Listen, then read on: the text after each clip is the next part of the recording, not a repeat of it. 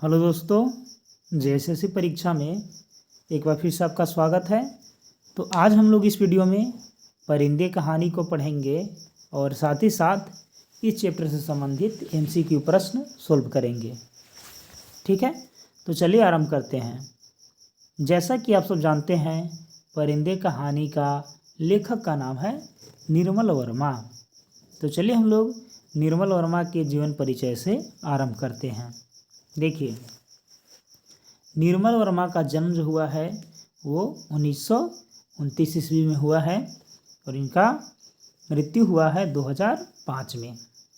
ठीक है, 1929 2005 दोनों याद रखिएगा, ये भी इम्पोर्टेंट है। चलिए आगे बढ़ते हैं। आगे देखिए, निर्मल वर्मा आरंभ से अध्यापन कार्य से जुड़े थे। स्टीफेंस कॉलेज दिल्ली विश्वविद्यालय से इतिहास में एमए किया था, यानी कि इन्होंने एमए की पढ़ाई कहाँ से किए हैं? तो स्टीफेंस कॉलेज, ठीक है, दिल्ली विश्वविद्यालय में आता है, वहीं से। लेकिन रुचि साहित्य सृजन की थी, तो कभी अध्यापन छोड़कर स्वतंत्र लेखन में रम गए। उनका पहला कहानी संग्रह परिंदे है, जो कि सन 1960 में आया। ठीक है, परिंदे कहानी कब आया? तो परिंदे कहानी आया 1960 में। याद रखिएगा, परिंदे कहानी कब आया? तो 1960 में। इस संग्रह में 7 कहानियाँ थी। ठीक है, परिंदे कहानी संग्रह में कितनी कहानियाँ थी? तो 7 कहानियाँ थी। 1960 में प्रकाशित हुआ था और इसमें 7 कहानियाँ था, याद रखिएगा। ठीक है, चलिए आगे देखिए। सूखा, सितंबर की एक शाम, जलती झाड़ी, कब्बे और आला पानी 1983, अंतर और छुट्टियों के बाद, और वीकएंड और आदमी और लड़का, हर बारिश में, उनकी ये सब प्रसिद्ध कहानी थी। ठीक है, याद रखिए कौन कौन? सूखा, सितंबर की एक शाम, जलती झाड़ी, कवे और आला पानी, ठीक है, अंतर, छुट्टियों के बाद, वीकएंड, ठीक है, आदमी और लड़का, हर बारिश में, उनकी ये सब प्रसिद्ध कहानियाँ था। चलिए आगे बढ़ते हैं। आगे देखिए, 1959 ईस्वी में निर्मल वर्मा यूरोप चले गए थे। 1959 ईस्वी में निर्मल वर्मा कहाँ चले गए थे? तो यूरोप चले गए थे और वहाँ लगभग 10 वर्षों तक रहे। इसी बीच उनकी जो कहानियाँ आई उनमें विदेशी पृष्ठभूमि भी आई। ठीक है, जलती झाड़ी 1964 से और कवे और काला पानी 1983 तक उनके हर संग्रह में विदेशी पृष्ठभूमि पर लिखी गई कहानियाँ मौजूद है। अपनी इन कहानियों के संदर्भ में वे लिखते हैं कि वर्षों तक विदेश में रहने के कारण मेरी कुछ कहानियों में शायद एक किराने किस्म का प्रवासीपन चला आया है। ठीक है, चूँकि वो वहाँ रहते थे विदेश में, इसीलिए वहाँ का जो कुछ प्रवासीपन है वो आ गया है। निर्मल वर्मा के पात्र अवसाद में जीने वाले लोग हैं। वे भविष्य की चिंता में जाकर वर्तमान में जीते हैं। वे उदासीन तो हैं, साथ ही मूल्य निरपेक्ष जीवन भी जीते हैं। जीवन के प्रति एक अवसादपूर्ण उदासीनता उनका स्वभाव है और वे वह सब कुछ स्वीकारते चलते हैं। निर्मल वर्मा के कहानियों के अतिरिक्त उपन्यास जैसे वे दिन और एक चिथड़ा सुख और यात्रा संस्करण है इनका, बीड़ों पर चांदनी, निबंध है, हर बारिश में, शब्द और स्मृति, अत्यंत, ये सब प्रसिद्ध निबंध है। देखिए, उपन्यास इनका प्रसिद्ध है वे दिन और दूसरा है एक चिथड़ा सुख। ठीक है, यात्रा संस्करण है इनका बीड़ों पर चांदनी और निबंध है इनका हर बारिश में, और शब्द और स्मृति ये भी निबंध है। ठीक है, चलिए आगे देखिए। नामवर सिंह निर्मल के अधिकांश कहानियों को अतीत की स्मृति मानते हैं, जिसमें भावुकता का संस्पर्श कई बार समय का अंतराल तात्कालिक आवेग की भावुकता को कम कर देता है। देखिए परिंदे, परिंदे कहानी जो है वो यहाँ से स्टार्ट होता है। ठीक है, परिंदे कहानी को कैथरीन मेन्सफील्ड ने बोला है कि can we do nothing for the dead. ठीक है, dead and for a long time the answer has been nothing. ठीक है, इसके लिए इन्होंने बोला है। देखिए अब परिंदे कहानी आरंभ होता है। अंधेरे गलियारे में चलते हुए लतिका ठिठक गई। दीवार का सहारा लेकर उसने लैंप की बत्ती बढ़ा दी। सीढ़ियों पर उसकी छाया एक बेडोल कटी फटी आकृति खींचने लगी। 7 नंबर कमरे से लड़कियों की बातचीत और हंसी ठहाके का स्वर अभी तक आ रहा था। लतिका ने दरवाज़ा खटखटाया। शोर अचानक बंद हो गया। ठीक है, वो बोले अंदर से लड़की लोग की कौन है, कौन है। ठीक है, लतिका चुप खड़ी रही। कमरे में कुछ देर तक खुसुर फुसुर होती रही। फिर दरवाजे की चिटखनी के खुलने का स्वर आया। लतिका कमरे की देहरी से कुछ आगे बढ़ी। लैंप की झपकती लौ में लड़कियों के चेहरे सिनेमे के पर्दे पर ठहरे हुए क्लोजअप की भांति उभरने लगी। कमरे में अंधेरा क्यों कर रखा है? लतिका के स्वर में हल्की सी झिड़की का आभास हुआ और लतिका पूछा कि कमरे में अंधेरा क्यों कर रखा है? लैंप में तेल ही खत्म हो गया है मैडम। तो लड़कियों का जवाब आता है कि लैंप में तेल खत्म हो गया है। यह सुधा का कमरा था, इसलिए उसे ही उत्तर देना पड़ा। हॉस्टल में शायद वह सबसे अधिक लोकप्रिय थी, क्योंकि सदा छुट्टी के समय या रात को डिनर के बाद आसपास के कमरों में रहने वाली लड़कियों का जमघट उसी के कमरे में लग जाता था। तो किसके कमरे में? तो सुधा के कमरा में, याद रखिएगा। ठीक है, चलिए आगे बढ़ते हैं। आगे देखिए। देर तक गपशप हंसी मजाक चलता रहता।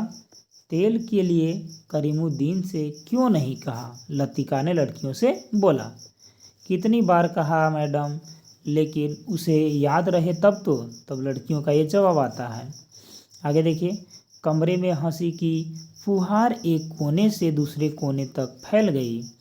लतिका के कमरे में आने से अनुशासन की जो घुटन घिर आई थी, वह अचानक बह गई। करीमुद्दीन हॉस्टल का नौकर था। कौन था करीमुद्दीन? करीमुद्दीन जो था वो हॉस्टल का नौकर था। उसके आलस और काम में टाल मटोल करने के किस्से हॉस्टल की लड़कियों में पीढ़ी दर पीढ़ी चलते चले आते थे। ठीक है, तो करीमुद्दीन हॉस्टल का नौकर था, याद रखिएगा। चलिए आगे देखिए। लतिका को हठात कुछ स्मरण हुआ आया। ठीक है, तो लतिका के माइंड में कुछ याद आता है उसको। अंधेरे में लैंप यहाँ पास घुमाते हुए चारों ओर निगाहें दौड़ाई। कमरे में चारों ओर घेरा बनाकर वे बैठी थी। कौन? तो लड़की लोग, पास पास एक दूसरे से सटकर। सबके चेहरे परिचित थे, किंतु लैंप के पीले मध्यम प्रकाश में मानो कुछ बदल गया था, या जैसे वह उन्हें पहली बार देख रही थी। कौन? तो लतिका।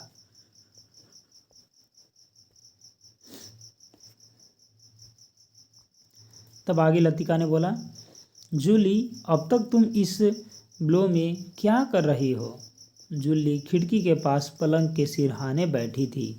उसने चुपचाप आंखें नीचे कर ली। लैंप का प्रकाश चारों ओर सिमटकर अब केवल उसके चेहरे पर गिर रहा था। नाइट रजिस्टर पर दस्तखत कर दिए? ठीक है, लतिका ने पूछा। सभी लड़कियों ने जवाब दिया, हाँ मैडम। ठीक है, फिर लतिका का स्वर कड़ा हो आया। जूली, सकुचाकर खिड़की से बाहर देखने लगी।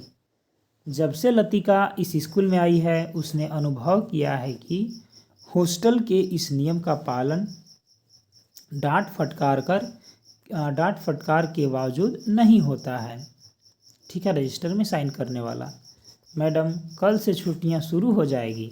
ठीक है, लड़के लोग बोल रहे हैं कि मैडम कल से छुट्टियां शुरू हो जाएगी, इसलिए आज रात हम सब ने मिलकर। और सुधा पूरी बात न कहकर हेमंती की ओर देखते हुए मुस्कुराने लगी। ठीक है, आधा बात बोले कि मैडम कल से छुट्टी स्टार्ट हो जा रहा है, इसीलिए आज रात हम लोग सब मिलकर, इतना कह करके। और सुधा पूरी बात ना कह करके हेमंती की ओर देखने लगी और मुस्कुराने लगी। हेमंती के गाने का प्रोग्राम है। हेमंती के क्या है अभी? तो गाने का प्रोग्राम है। आप भी कुछ देर बैठिए ना। लड़की लोग बोलती है या सुधा बोलती है अकेले कि हेमंती का गाने का प्रोग्राम है मैडम, आप भी कुछ देर बैठिए ना। लतिका को उलझन मालूम हुई। इस समय यहाँ आकर उसने मज़े को किरकिरा कर दिया। ये छोटे से हिल स्टेशन पर रहते उसे खास अरसा हो गया, लेकिन कब समय पतझड़ और गर्मियों का घेरा पार कर सर्दी की छुट्टियों की गोद में सिमट गया है, उसे कभी याद नहीं रहता। चोरों की तरफ चुपचाप वह देहरी से बाहर हो गई। ठीक है, धीरे धीरे उसके चेहरे का तनाव ढीला पड़ गया। वह मुस्कुराने लगी। मेरे संग स्नोफॉल देखने कोई नहीं ठहरेगा? ठीक है, ऐसे लतिका ने पूछा लड़कियों से। मैडम छुट्टियों में क्या आप घर नहीं जा रही? सब लड़कियों की आंखें उस पर जम गई और लड़कियों ने पूछ लिया। लतिका ने बोला, अभी कुछ पक्का नहीं है। I love the snowfall. Latika ने क्या जवाब दिया कि अभी तक कुछ पक्का नहीं है। ठीक है, आई लव द स्नोफॉल। चलिए, लतिका को लगा कि यह बात उसने पिछले साल भी कही थी और शायद पिछले से पिछले साल भी, यानी कि वो इस प्रकार से 3 साल हो गया। ठीक है, उसे लगा मानो लड़कियां उसे संदेह की दृष्टि से देख रही है, मानो उन्होंने उसकी बात पर विश्वास नहीं किया। उसका सिर चकराने लगा, मानो बादलों का स्याह झुरमुट किसी अनजाने कोने से उठकर उसे अपने में डुबो देगा। वह थोड़ा सा हंसी। लतिका फिर धीरे से उसने सर को झटक दिया। जूली, तुमसे कुछ काम है। ठीक है, लतिका ने से बोला। अपने ब्लॉक में जाने से पहले मुझसे मिल लेना। Well, good night. और लतिका ने सब लड़कियों को बोल दिया कि गुड नाइट। लतिका ने अपने पीछे दरवाज़ा फिर बंद कर दिया।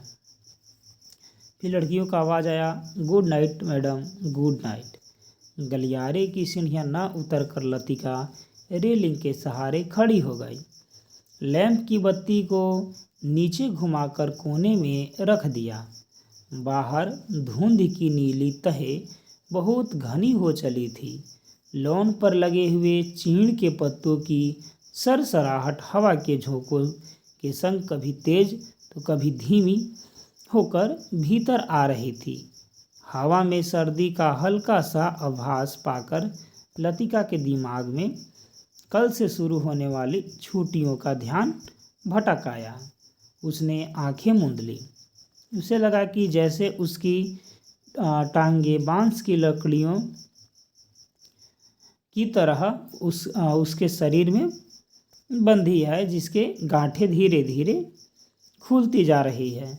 सिर की चकराहट अभी मिट्टी नहीं थी, मगर अब जैसे वह भीतर न होकर बाहर फैली हुई धुंध का हिस्सा बन गई थी। सीढ़ियों पर बातचीत का स्वर सुनकर लतिका जैसे सोते से जगी। शॉल को कंधे पर समेटा और लैंप उठा लिया।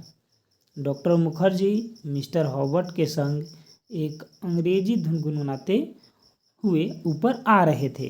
ठीक है, सीढ़ियों पर अंधेरा था और ह्यूबर्ट को बार बार अपनी छड़ी से रास्ता टटोलना पड़ता था। लतिका ने 2-4 सीढ़ियाँ उतर लैंप को नीचे झुका दिया, मैंने 2-4 सीढ़ी नीचे उतर गई और लैंप को नीचे झुका दिया। Good night good evening doctor, good evening mister Hobart. ठीक है, thank you miss Latika. Latika ने उन लोगों का अभिवादन किया, फिर उन्होंने थैंक यू बोला। ह्यूबर्ट के स्वर में कृतज्ञता का भाव था, बोला कि थैंक यू लतिका। सीढ़ियाँ चढ़ने से उनकी सांसें तेज हो रही थी और वह दीवार से लगे हुए हाँफ रहे थे। ठीक है, लैंप की रोशनी में उनके चेहरे का पीलापन कुछ तांबे के रंग जैसा हो गया था।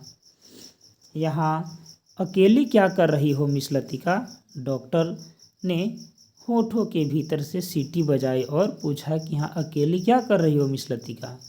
ठीक है, तब लतिका बोलती है कि चेकिंग करके लौट रही थी। आज इस वक्त ऊपर कैसे आना हुआ मिस्टर हॉवर्ट? ये लतिका ने पूछा ह्यूबर्ट से। ह्यूबर्ट ने मुस्कुराकर अपनी छड़ी डॉक्टर के कंधों से झूला लिया। ठीक है, झूला दिया। ठीक है, उसने पूछा, यही मुझे ज़बरदस्ती घसीट लाए। ठीक है, इनसे पूछो। ठीक है, यही मुझे ज़बरदस्ती घसीट लाए। मिस लतिका, हम आपको निमंत्रण देने आ रहे थे। आज रात में कमरे में एक छोटा सा कंसर्ट होगा जिसमें मिस्टर ह्यूबर्ट सोपा और चाइकोस्की के कंपोजिशन बजाएंगे और फ्री क्रीम कॉफ़ी पी जाएगी। उसके बाद अगर समय रहा तो पिछले साल हमने जो गुनाह किए हैं उन्हें हम सब मिलकर कन्फेस करेंगे। डॉक्टर मुखर्जी के चेहरे पर भरी मुस्कान खिल गई। ठीक है, चलिए आगे बढ़ते हैं।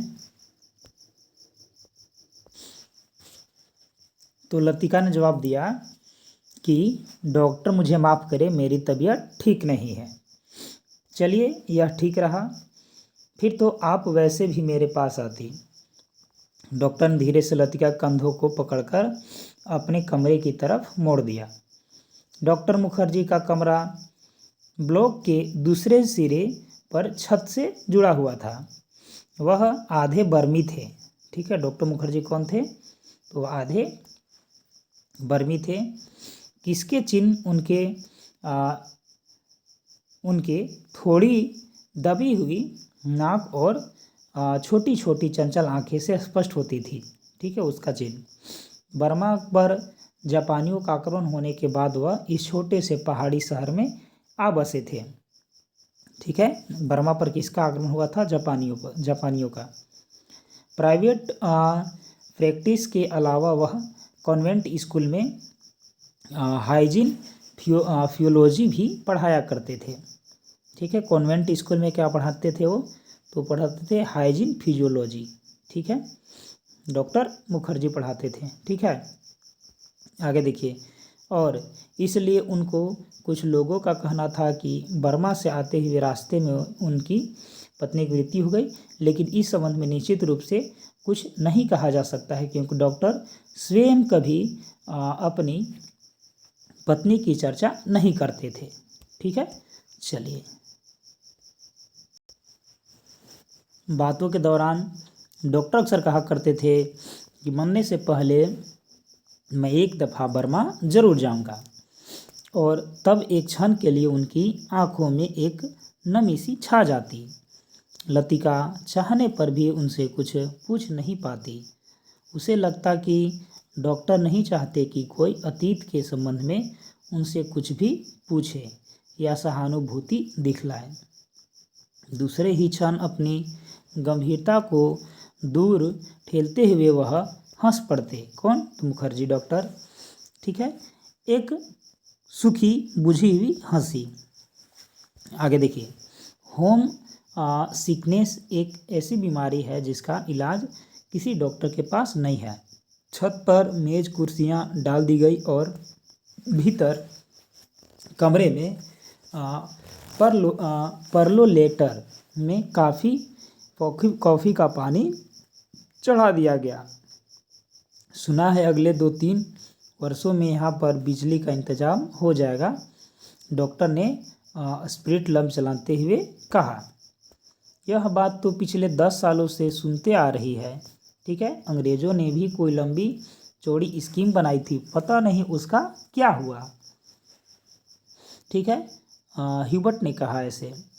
आगे देखिए, वह आराम कुर्सी पर लेटा हुआ बाहर लॉन की ओर देख रहा था। ह्यूबर्ट। लतिका कमरे से 2 मोमबत्तियाँ ले आई, मेज के दोनों सिरों पर टिकाकर उन्हें जला दिया। छत का अंधेरा मोमबत्ती की फीकी रोशनी के इर्द गिर्द सिमटने लगा।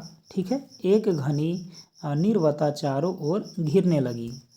हवा में चीड़ के वृक्षों की साएं साएं दूर दूर तक फैली पहाड़ियाँ और घाटियों में सीटियों की गूंज सी छोड़ती जा रही थी। इस बार शायद बर्फ जल्दी गिरेगी। अभी से हवा में एक सर्द सुक्सी की महसूस होने लगी। डॉक्टर का सिगार अंधेरे में लाल बिंदी सा चमक रहा था। किसका सिगार था? तो डॉक्टर का। आगे देखिए, पता नहीं मिस वुड को स्पेशल सर्विस का गोरख धंधा क्या पसंद आता है। छुट्टियों से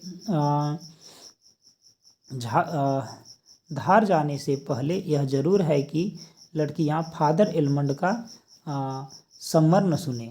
ठीक है, ह्यूबर्ट ने ऐसा बोला। आगे है इसके बाद कि पिछले 5 साल में मैं सुनता आ रहा हूँ, फादर एलमंड के सरमन में कहीं हेर फेर नहीं होता। डॉक्टर को फादर एलमंड एक आंख नहीं सुहाते थे। ठीक है, मैंने डॉक्टर को फादर एलमंड ठीक नहीं लगते थे। लतिका कुर्सी पर आगे झुककर प्यालों में कॉफ़ी उड़ेलने लगी। हर साल स्कूल बंद होने के दिन यही 2 प्रोग्राम होते हैं, चैपल में स्पेशल सर्विस और उसके बाद दिन में पिकनिक।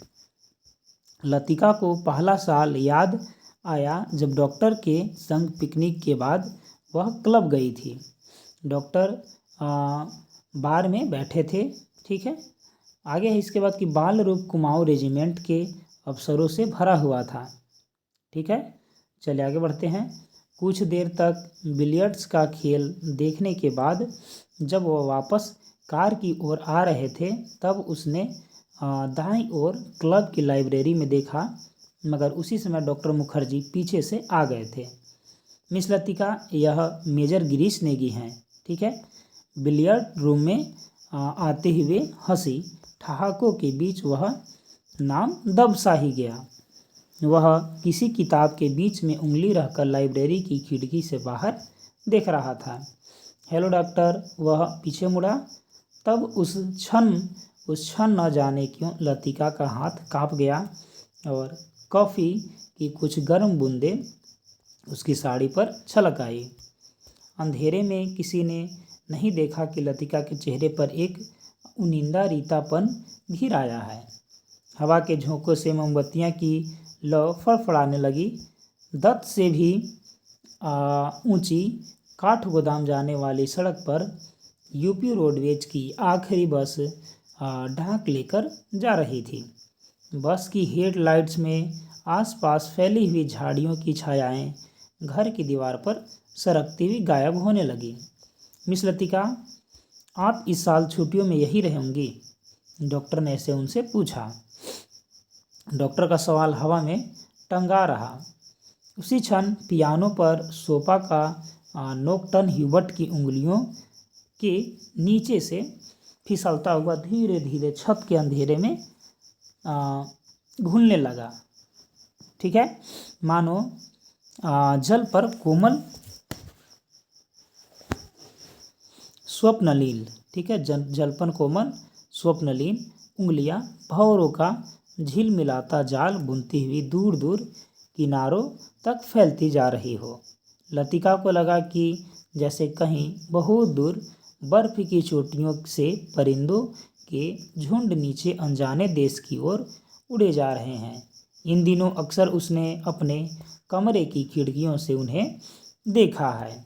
धागे में बंधे पहाड़ों की सुनसान नीरवता से परे उन विचित्र शहरों की आरे जहाँ शायद वह कभी नहीं जाएगी। लतिका आर्म चेयर पर उगने लगी। ठीक है, बैठे बैठे। डॉक्टर मुखर्जी का सिगार अंधेरे में चुपचाप जल रहा था। डॉक्टर को आश्चर्य हुआ कि लतिका न जाने क्या सोच रही है, और लतिका सोच रही थी, ठीक है, क्या वह बूढ़ी होती जा रही है, लतिका ये सोच रही थी। उसके सामने स्कूल की प्रिंसिपल मिस वुड का चेहरा घूम गया, ठीक है। पोपला मुंह, आँखों के नीचे झुलती मांस की थैलियाँ, जरा जरा सी बात पर चिढ़ जाना, कर्कश आवाज़ में चीखना, सब उसे ओल्ड मेड कहकर पुकारते थे, मिस वुड को, जो प्रिंसिपल थी, ठीक है। चलिए आगे बढ़ते हैं। आगे देखिए, आगे है कि कुछ वर्षों बाद वह भी हूबहू वैसे ही बन जाएगी। लतिका के समूचे शरीर में झुरझुरी सी दौड़ गई, मानो अनजाने में उसने किसी गलीज वस्तु को छू लिया हो। इसे याद आया कुछ महीने पहले अचानक उसे ह्यूबर्ट का प्रेम पत्र मिला था। किसका मिला था? ह्यूबर्ट का प्रेम पत्र। भावुक याचना से भरा हुआ पत्र, जिसमें उसने न जाने क्या कुछ लिया था, ठीक है, जो कभी उसकी समझ में लिखा या था, हो जाएगा, क्या कुछ लिखा था जो कभी उसकी समझ में नहीं आया। उसे ह्यूबर्ट की इस बचकाना हरकत पर हंसी आई थी, किंतु भीतर ही भीतर प्रशंसा भी हुई थी, ठीक है। उसकी उम्र बीती नहीं है, ठीक है, अब भी वह दूसरों को अपनी ओर आकर्षित कर सकती है। ह्यूबर्ट का पत्र पढ़कर उसे क्रोध नहीं आया, आई थी तो केवल ममता, ठीक है। वह चाहती थी कि उसकी गलतफहमी को दूर करने में देर न लगती, किंतु कोई शक्ति उसे रोके रहती है। उसके कारण अपने पर विश्वास रहता है, अपने सुख का भ्रमण मानो ह्यूबर्ट की गलतफहमी से जुड़ा है। ह्यूबर्ट ही क्यों, वह क्या किसी को भी चाह सकेगी उस अनुभूति के संग जो अब नहीं रही, जो छाया सी उस पर मंडराती रहती है, न स्वयं मिटती है, न उसे मुक्ति दे पाती है। उसे लगा जैसे बादलों का झुरमुट फिर उसे मस्तिष्क पर धीरे धीरे लगा है। आगे इसके बाद की उसकी टांगे फिर निर्जीव शिथिल सी हो गई है। वह झटके से उठ खड़ी हुई। डॉक्टर, माफ़ करना, मुझे बहुत थकान सी लग रही है। बिना वाक्य पूरा किए हुए वह चली गई। कुछ देर तक टेरेस पर निस्तब्धता छाई रही। मोमबत्तियां बुझने लगी थी। डॉक्टर मुखर्जी ने सिगार का नया कस लिया। सब लड़कियां एक जैसी होती है, बेवकूफ़ और सेंटिमेंटल। ह्यूबर्ट की उंगलियों का दबाव पियानो पर गीला पड़ता गया। अंतिम सुरों की झिझकी सी गूंज कुछ क्षणों तक हवा में तीरती रही। डॉक्टर, आपको मालूम है, मिस लतिका का व्यवहार पिछले कुछ अरसे से अजीब सा लगता है। ह्यूबर्ट के स्वर में लापरवाही का भाव था और ऐसे वह बोला डॉक्टर से। वह नहीं चाहता था कि डॉक्टर को लतिका के प्रति उसकी भावनाओं का आभास मात्र भी मिल सके, जिस कोमल अनुभूति को वह इतने समय से संजोता आया है। डॉक्टर उसे हंसी के एक ही ठहाके में उपहास से पद बना देगा। चला गया है कि क्या तुम नियति में विश्वास करते हो ह्यूबर्ट? डॉक्टर ने कहा। ह्यूबर्ट दम रोके प्रतीक्षा करता रहा। वह जानता था कि कोई भी बात कहने से पहले डॉक्टर को फिलोसोफाइज करने की आदत थी। डॉक्टर टेरिस के जंगले से सटकर खड़ा हो गया, ठीक है। फिक्की सी चांदनी में चीड़ के पेड़ों की छाया लॉन पर गिर रही थी।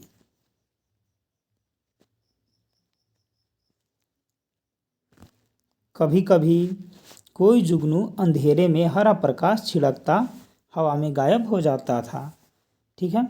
मैं कभी कभी सोचता हूँ, इंसान जिंदा किस लिए रहता है? क्या उसे कोई और बेहतर काम करने को नहीं मिला? हजारों मील अपने मुल्क से दूर मैं यहाँ पड़ा हूँ, ठीक है। यहाँ कौन मुझे जानता है? यहाँ कौन मुझे जानता है? यही शायद मर भी जाऊँगा। ह्यूबर्ट, क्या तुमने कभी महसूस किया है कि एक अजनबी की हैसियत से पराई जमीन पर मर जाना काफ़ी खौफनाक बात है? ह्यूबर्ट विस्मिता सा डॉक्टर की ओर देखने लगा। उसने पहली बार डॉक्टर मुखर्जी के इस पहलू को देखा था। अपने संबंध में वह अक्सर चुप रहते थे। ठीक है, कोई पीछे नहीं है। यह बात मुझ में एक अजीब किस्म की बेफिक्री पैदा कर देती है। लेकिन कुछ लोगों की मौत अंत तक पहेली बनी रहती है। शायद वे जिंदगी से बहुत उम्मीद लगाते थे। ठीक है, उसे ट्रेजिक भी नहीं कहा जा सकता, क्योंकि आखिरी दम तक उन्हें मरने का एहसास नहीं होता। डॉक्टर, आप किसका जिक्र कर रहे हैं? ह्यूबर्ट ने परेशान होकर पूछा। डॉक्टर कुछ देर तक चुपचाप सिगार पीता रहा। फिर मुड़कर वह मोमबत्तियाँ की बुझती हुई लौ को देखने लगा। तुम्हें मालूम है, किसी समय लतिका बिना नागा क्लब जाया करती थी। ठीक है, गिरीश नेगी से उसका परिचय वहीं हुआ था। कश्मीर जाने से एक रात पहले उसने मुझे सब कुछ बता दिया था। मैं अब तक लतिका से उस मुलाकात के बारे में कुछ नहीं कह सकता हूँ, किंतु उस रात कौन जानता था कि वह वापस नहीं लौटेगा। और अब क्या फ़र्क पड़ता है? Let the dead die. ठीक है, डॉक्टर की सूखी दर्द हंसी में खोखली सी शून्यता भरी थी। कौन गिरीश नेगी? ठीक है, मिस्टर ह्यूबर्ट पूछा। तो इन्होंने बोला, डॉक्टर मुखर्जी ने, कुमाऊं रेजिमेंट के मेजर था। ठीक है, डॉक्टर, क्या लतिका? ह्यूबर्ट से आगे कुछ नहीं कहा गया। ठीक है, उसे याद आया वह पत्र जो उसने लतिका को भेजा था, जो ह्यूबर्ट भेजा था। कितना अर्थहीन और उपहास्यवाद, जैसे उसका एक एक शब्द उसके दिल को कचोट रहा हो। ठीक है, उसने धीरे से पियानो पर सिर टिका लिया। लतिका ने उसे क्यों नहीं बताया? क्या वह इसके योग्य भी नहीं था? लतिका, वह तो बच्ची है पागल। मरने वालों के संग खुद थोड़े ही मारा जाता है। ठीक है, कुछ देर तक रहकर डॉक्टर ने अपने प्रश्न को फिर दोहराया। लेकिन ह्यूबर्ट, क्या तुम नियति पर विश्वास करते हो? हवा के हल्के झोंके से मोमबत्तियाँ एक बार प्रज्वलित होकर बुझ गई। टेरेस पर ह्यूबर्ट और डॉक्टर अंधेरे में एक दूसरे का चेहरा नहीं देख पा रहे थे, फिर भी वे एक दूसरे की ओर देख रहे थे। कॉन्वेंट स्कूल से कुछ दूर मैदान में बहते पहाड़ी नालों का स्वर आ रहा था। जब बहुत देर तक कुमाऊं रेजिमेंट सेंटर की बिगुल सुनाई दिया तो ह्यूबर्ट हड़बड़ाकर खड़ा हो गया। अच्छा, चलता हूँ डॉक्टर, गुड नाइट। ठीक है, गुड नाइट ह्यूबर्ट, मुझे माफ़ करना, मैं सिगार ख़त्म करके उठूँगा, ऐसा डॉक्टर मुखर्जी ने बोला। आगे है इसके बाद कि सुबह बदली छाई थी। ठीक है, आसमान में बदली छाई हुई थी। लतिका के खिड़की खोलते ही धुंध का गुब्बारा सा भीतर घुस आया, जैसे रात भर दीवार के सहारे सर्दी में ठिठुरता हुआ वह भीतर आने की प्रतीक्षा कर रहा हो। ठीक है, कौन? बादल वाला धुंध। चलिए आगे देखिए। आगे है इसके बाद कि स्कूल से ऊपर चैपल जाने वाली सड़क बादलों में छिप गई थी। केवल चैपल का क्रॉस धुंध के पर्दे पर एक दूसरे को काटती हुई पेंसिल की रेखाओं जैसा दिख रहा था। ठीक है, लतिका ने खिड़की से आंख हटाई तो देखा कि करमिदुन चाय की ट्रे लिए खड़ा है। करमिदुन मिलिट्री से अर्दली रह चुका था। ठीक है, मिलिट्री में अर्दली रह चुका था, इसलिए ट्रे मेज पर रखकर अटेंशन की मुद्रा में खड़ा हो गया था। लतिका झटके से उठ बैठी। सुबह से आलस करके कितनी बार जाग कर वह सो चुकी है। अपनी खिसियाहट मिटाने के लिए लतिका ने कहा, बड़ी सर्दी है यार, बिस्तर छोड़ने को जी नहीं चाहता। अजी मेम साहब, अभी क्या सर्दी आई है, बड़े दिनों में देखना कैसे दांत कटकटाते हैं। और करमिदुन अपने हाथ को बगलों में डाले हुए इस तरह सिड़ गया कि उन दिनों की कल्पना मात्र से उसे जाड़ा लगना शुरू हो गया। गंजे सिर पर दोनों तरफ के उसके बाल खिजाब लगाने व कर्थगई रंग के भूरे हो गए थे। ठीक है, बात चाहे किसी विषय में हो, वह हमेशा खींचातान कर उसे ऐसे क्षेत्र में घसीट लाता था जहां वह बेझिझक अपने विचारों को प्रकट कर सके। ठीक है, एक दफ़ा तो यहाँ लगातार इतनी बर्फ़ गिरी थी कि भुवाली से, ठीक है, लेकर डाक बंगले तक सारी सड़कें जाम हो गई, ठीक है। इतनी बर्फ़ थी मेम साहब की पेड़ों की टहनियाँ तक सिकुड़कर तन्नों में लिपट गई थी, बिल्कुल ऐसे, ठीक है। और क्रमिदीन नीचे झुककर मुर्गा सा बन गया, ठीक है। कब की बात है, लतिका ने उससे पूछा। अब यह तो जोड़ हिसाब करके ही पता चलेगा मेम साहब, लेकिन इतना याद है कि उस वक्त अंग्रेज़ बहादुर यहीं थे, ठीक है। कंटोनमेंट की इमारत पर कौमी झंडा नहीं लगा था। बड़े जबर थे ये अंग्रेज़, 2 घंटों में ही सारी सड़कें साफ करवा दिए। उन दिनों एक ऐसी सीटी बजाते ही 50 घोड़े वाला जमा हो जाते थे, ठीक है। तो सारे शेड खाली पड़े हैं। वे लोग अपनी खिदमत भी करवाना जानते थे। अब तो सब उजाड़ हो गया है। क्रमिदीन उदास भाव से बाहर देखने लगा। आज यह पहली बार नहीं है जब लतिका क्रमिदीन से उन दिनों की बातें सुन रही है, ठीक है, जब अंग्रेज बहादुर ने इस स्थान को स्वर्ग बना दिया रखा है, ठीक है। आप छुट्टियों में इस साल भी यहीं रहेंगे मेम साहब, ऐसे क्रमिदीन ने पूछा। दिखता तो कुछ ऐसा ही है क्रमिदीन, तुम्हें फिर तंग होना पड़ेगा, लतिका ने ऐसा जवाब दिया। क्या कहती है मेम साहब, आपके रहने से हमारा भी मन लग जाता है, वरना छुट्टियों में यहाँ तो कुत्ते लौटते हैं। तुम जरा मिस्त्री से कह देना कि इस कमरे की छत की मरम्मत कर जाए। पिछले साल बर्फ़ का पानी दरारों से टपकता रहता था, ठीक है।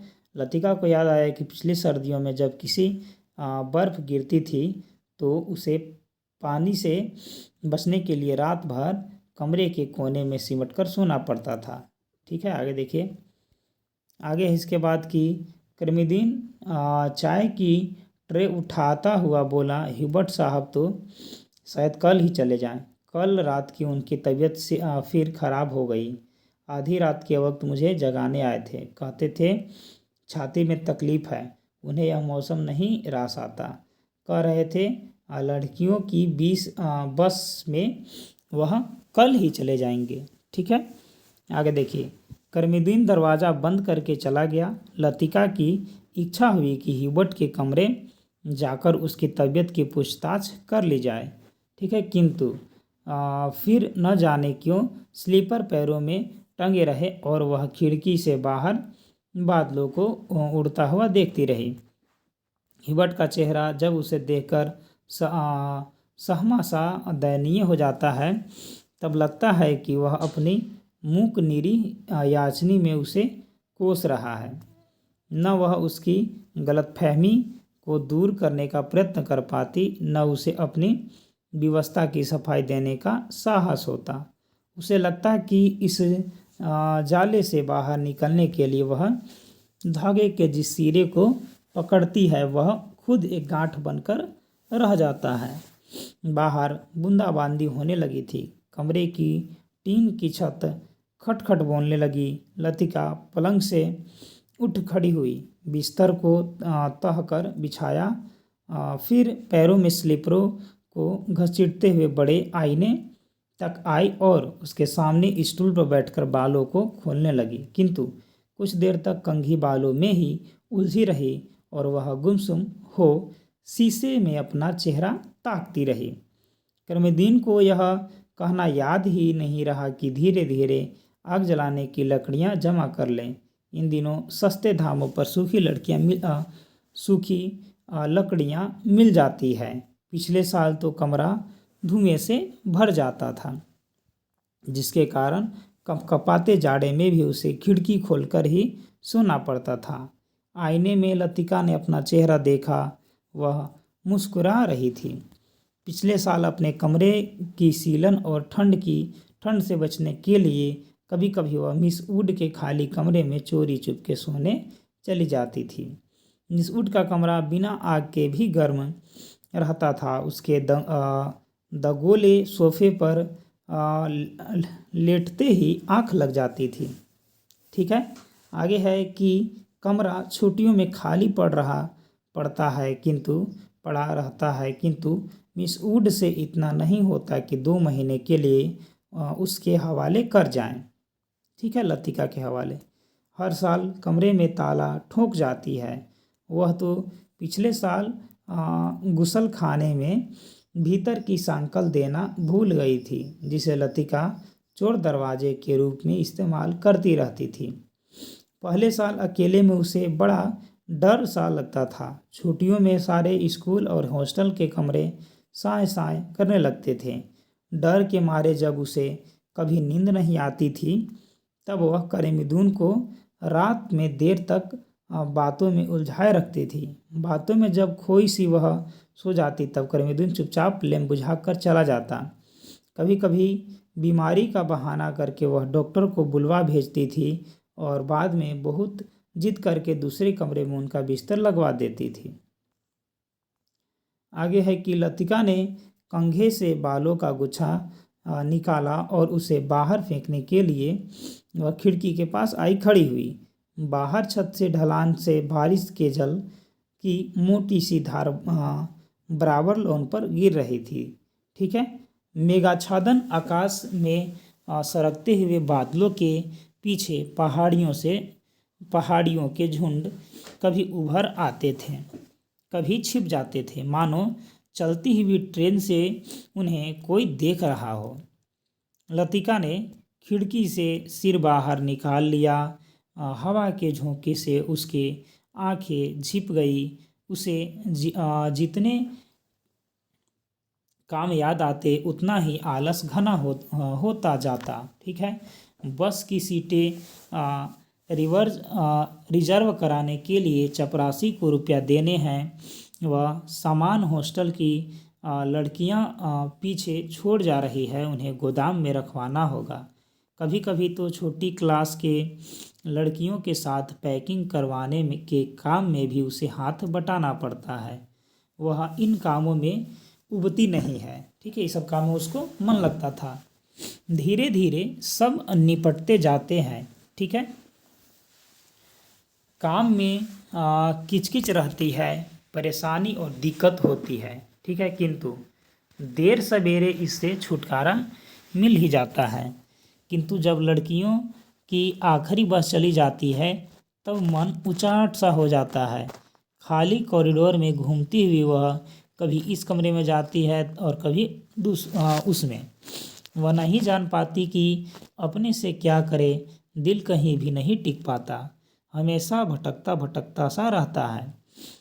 इस सब के बावजूद जब कोई सहज भाव से पूछ बैठता कि मिस लतिका, छुट्टियों में आप घर नहीं जा रही, तब वह क्या कहे। डिंग डांग डिंग स्पेशल सर्विस के लिए स्कूल चैपल में घंटे घंटे लगे थे। लतिका ने अपना सिर खिड़की से बाहर कर लिया। उसने झटपट साड़ी उतारी और पेटीकोट में ही कंधे पर तौलिया डाले गुसल खाने में घुस गई। लेफ्ट राइट लेफ्ट कंटेनमेंट जाने वाली पक्की सड़क पर 4 पंक्ति में कुमाऊं रेजिमेंट के सिपाहियों की एक टुकड़ी मार्च कर रही थी। फौजी बूटों की भारी खुरदरी आवाज़ों स्कूल चैपल की दरवाजों से टकराकर भीतर प्रेयर हॉल में गूंज रही थी। ठीक है। Blessed are the meek. ठीक है। फादर एलमंड एक एक शब्द चबाते हुए खखराते स्वर में सरमन ऑफ द माउंट पढ़ रहे थे। ईसा मसीह की मूर्ति के नीचे कैंडलब्रियम के दोनों ओर मोमबत्तियां जल रही थी, जिनका प्रकाश आगे बेंचों पर बैठी हुई लड़कियों तक पड़ रहा था। ठीक है। पिछली लाइनों की बेंचें अंधेरे में डूबी हुई थी, जहां लड़कियां प्रार्थना की मुद्रा में बैठी हुई सिर झुकाए एक दूसरे से गुसरपुस कर रही थी। मिस वुड स्कूल सीजन के सफलतापूर्वक समाप्त हो जाने पर विद्यार्थियों और स्टाफ सदस्यों को बधाई का भाषण दे चुकी थी और अब फादर के पीछे बैठी हुई अपने में ही कुछ बुड़बुड़ा रही थी, मानो धीरे धीरे फादर को प्रॉम्प्ट कर रही हो। ठीक है। कौन? तो मिस वुड जो प्रिंसिपल थी। आगे है आमीन। फादर एलमंड ने बाइबल मेज पर रख दी और प्रेयर बुक उठा ली। हॉल की खामोशी क्षण भर के लिए टूट गई। लड़कियों ने खड़े होते हुए जानबूझकर बेंचों को पीछे धकेला। बेंच फर्श पर रगड़ खाकर सीटी बजाती हुई पीछे खिसक गई। हॉल के कोने से हंसी फूट पड़ी। मिस वुड का चेहरा तन तन गया, माथे पर भ्रिकुटियाँ चढ़ गई। फिर अचानक निस्तब्धता बच छा गया। हॉल के उस घुटे हुए धुंधले में फादर का तीखा फटा हुआ स्वर सुनाई देने लगा। Jesus said, I am the light of the world, he that followeth me shall not walk on darkness but shall have the life.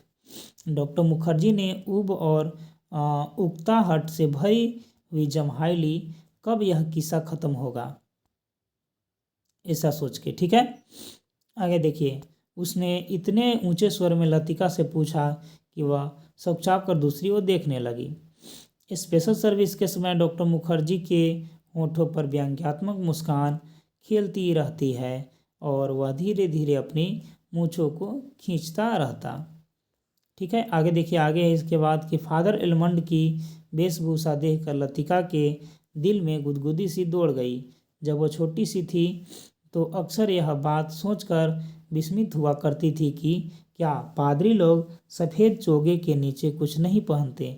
अगर धोखे से वह ऊपर उठ जाए तो लेफ्ट लेफ्ट लेफ्ट मार्च करते हुए फौजी बूट चैपल से दूर होते जा रहे थे। केवल उनकी गूंज हवा में शेष रह गई थी। आगे है कि हिम नंबर 117। फादर ने प्रार्थना पुस्तक खोलते हुए कहा। हॉल में प्रत्येक लड़की ने डेस्क पर रखी हुई हिम बुक खोल ली। पन्नों उलटने की खड़खड़ाहट फिसलती हुई एक सिरे से दूसरे सिरे तक फैल गई। आगे के बेंच से उठकर ह्यूबर्ट पियानो के सामने स्टूल पर बैठ गया। संगीत शिक्षक होने के कारण हर साल स्पेशल सर्विस के अवसर पर उसे कायर्स के संग पियानो बजाना पड़ता था। ठीक है, कोयर के साथ। ठीक है, ह्यूबर्ट ने अपने रुमाल से नाक साफ की। अपनी घबराहट छिपाने के लिए ह्यूबर्ट हमेशा ऐसा ही किया करता था। तो ह्यूबर्ट जो था वो म्यूजिक टीचर था, याद रखिएगा। आगे देखिए। कनखियों से हॉल की ओर देखते हुए उसने कांपते हाथों से हिम बुक खोली। Lead kindly light. ठीक है, पियानो के सुर दबे झिझकते से मिलने लगे। घने बालों से ढकी ह्यूबर्ट की लंबी और पीली अंगुलियां खुलने सिमटने लगी। कोयर में गाने वाली लड़कियों के स्वर एक दूसरे से गुंथकर कोमल स्निग्ध लहरों में बंध गया। लतिका को लगा उसका जूड़ा ढीला पड़ गया है, मानो गर्दन के नीचे झूल रहा है। मिस वुड की आंख बचा लतिका ने चुपचाप बालों में लगे क्लिप को कसकर खींच दिया। बड़ा झक्की आदमी है। सुबह मैंने ह्यूबर्ट को यहाँ आने से मना किया था, फिर भी चला आया, डॉक्टर ने ऐसे कहा।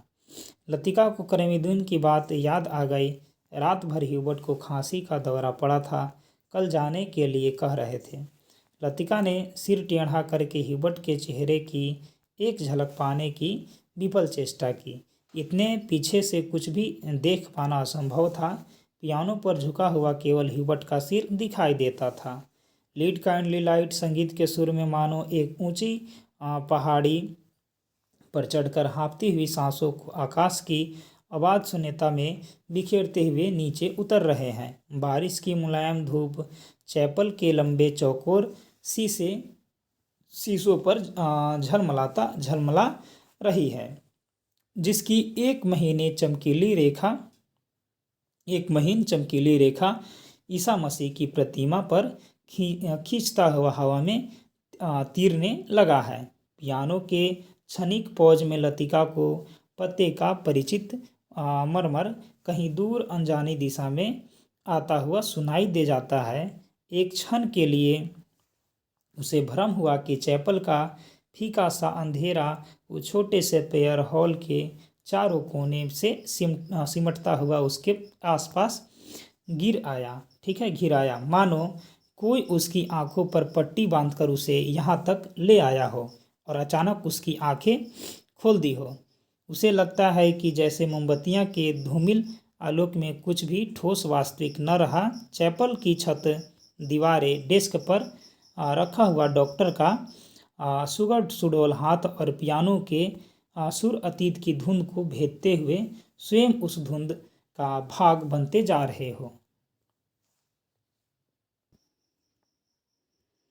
एक पगली सी स्मृति, एक उदंत भावना। चैपल के शीशे के परे पहाड़ी सूखी हवा में झुकी हुई और वीपिंग विलोज की कांपती टहनियाँ, पैरों तले चीड़ के पत्तों की धीमी सी चिर परिचित खड़खड़। वहीं पर गिरीश एक हाथ में मिलिट्री का खाकी हैट लिए खड़ा है, चौड़े उठे हुए संबल कंधे, और अपना सिर वहाँ टिका दो तो जैसे सिमट कर खो जाएगा। चार्ल्स बोअर, यह नाम उसने रखा था। वह झेंप कर हंसने लगता। आगे है कि तुम्हें आर्मी में किसने चुन लिया? मेजर बन गए हो, लेकिन लड़कियों से भी गए बीते हो। जरा जरा सी बात पर चेहरा लाल हो जाता है। यह सब वह कहती नहीं, फिर सोचती भर थी। सोचा था कभी कहूँगी, वह कभी कभी नहीं आया। ठीक है, चले आगे है इसके बाद कि ब्रुस का लाल फूल लाए हो झूठे खाकी कमीज के जिस जेब पर बैज चिपके थे, उसमें से मुसा हुआ ब्रुस का फूल निकल आया था। छी, सारा मुरझा गया, अभी खिला कहाँ है। ठीक है, उसके बालों में ग्रीस का हाथ उलझ रहा है। फूल कहीं टिक नहीं पाता। फिर उसे क्लिप के नीचे फंसाकर उसने कहा, देखो। वह मुड़ी और इससे पहले कि वह कुछ कह पाती, ग्रीस ने अपना मिलिट्री का हैट झप से उसके सिर पर रख दिया। वह मंत्रमुग्ध सी वैसी ही खड़ी रही। ठीक है, उसके सिर पर ग्रीस का हैट है, माथे पर छोटी सी बिंदी है, बिंदी पर उड़ते हुए बाल हैं। ग्रीस ने उसे बिंदी को अपने हाथों से छुआ है। उसने उसके नंगे सिर को अपने दोनों हाथों से समेट लिया है। ठीक है, लतिका, ग्रीस ने चिढ़ाते हुए कहा, मैन इंटर ऑफ कुमाऊँ। उसका नाम यह ग्रीस ने उसे चिढ़ाने के लिए रखा था। वह हंसने लगी। लतिका, सुनो। ग्रीस का स्वर कैसा हो गया था ना, मैं कुछ भी नहीं सुन रही। लतिका, मैं कुछ महीनों में वापस लौट आऊँगा। ठीक है ना, मैं कुछ भी नहीं सुन रही, ऐसे लतिका बोला। किंतु वह सुन रही है, वह नहीं जो ग्रीस कह रहा है, किंतु वह जो नहीं कह रहा है, जो उसके बाद कभी नहीं कहा गया। Lead kindly light. ठीक है, लीड काइंडली लाइट। लड़कियों का स्वर व पियानो के स्वर में डूबा हुआ गिर रहा है। ठीक है, उठ रहा है। ह्यूबर्ट ने सिर मोड़कर लतिका को निमीष भर देखा। आंखें मूंदे ध्यानमग्न प्रस्वर मूर्ति सी वह स्थिर निश्चल खड़ी थी।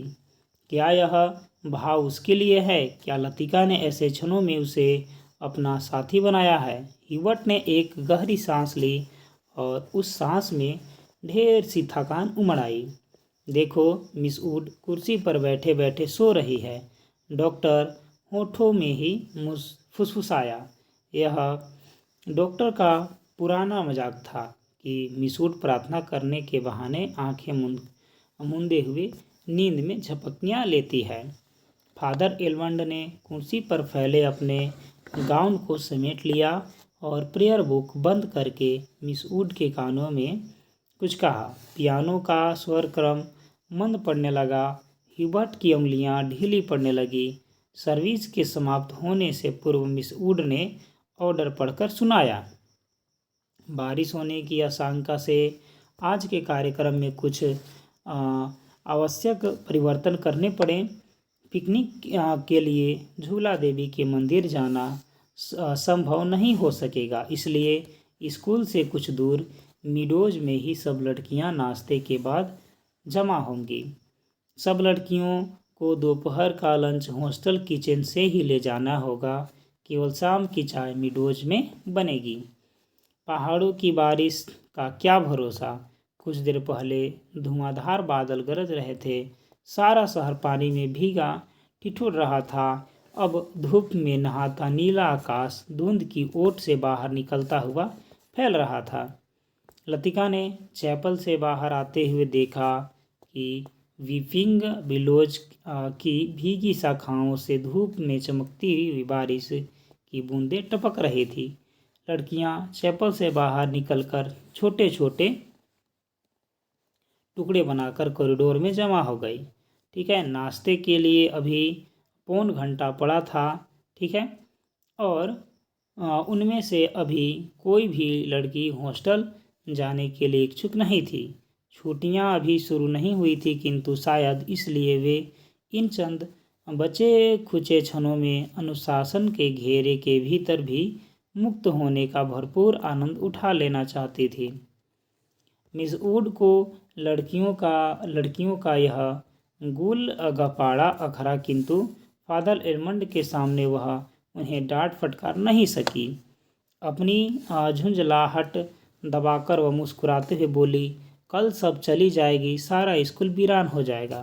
फादर एडमंड का लंबा ओजपूर्ण चेहरे चैपल में घुटी हुई गरमाई से लाल हो गई थी।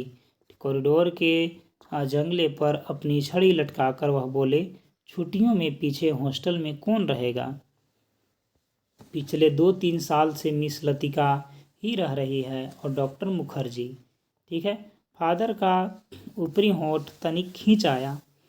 डॉक्टर सर्दी गर्मी यहीं रहते हैं। मिस वुड ने विस्मय से फादर की ओर देखा।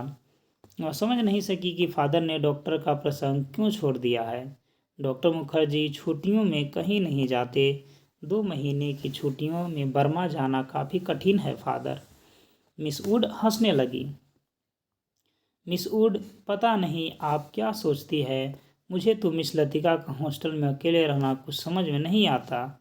लेकिन फादर, मिस वुड ने कहा, यह तो कॉन्वेंट स्कूल का नियम है कि कोई भी टीचर छुट्टियों में अपने खर्च पर हॉस्टल में रह सकता है। मैं फ़िलहाल स्कूल के नियमों की बात नहीं कर रहा। मिस लतिका डॉक्टर से यहाँ अकेले ही रह जाएगी, और सच पूछिए मिस वुड, डॉक्टर के बारे में मेरी राय कुछ बहुत अच्छी नहीं है। फादर, आप कैसे बात कर रहे हैं, मिस लतिका बच्ची थोड़े ही हैं। मिस वुड को ऐसे आशा नहीं थी कि फादर एडमंड अपने दिल से ऐसे दकियानुसी भावना को स्थान देंगे। फादर एडमंड कुछ हस्तप्रत से हो गए। बात पलटने हुए बोले, मिस वुड, मेरा मतलब यह नहीं था।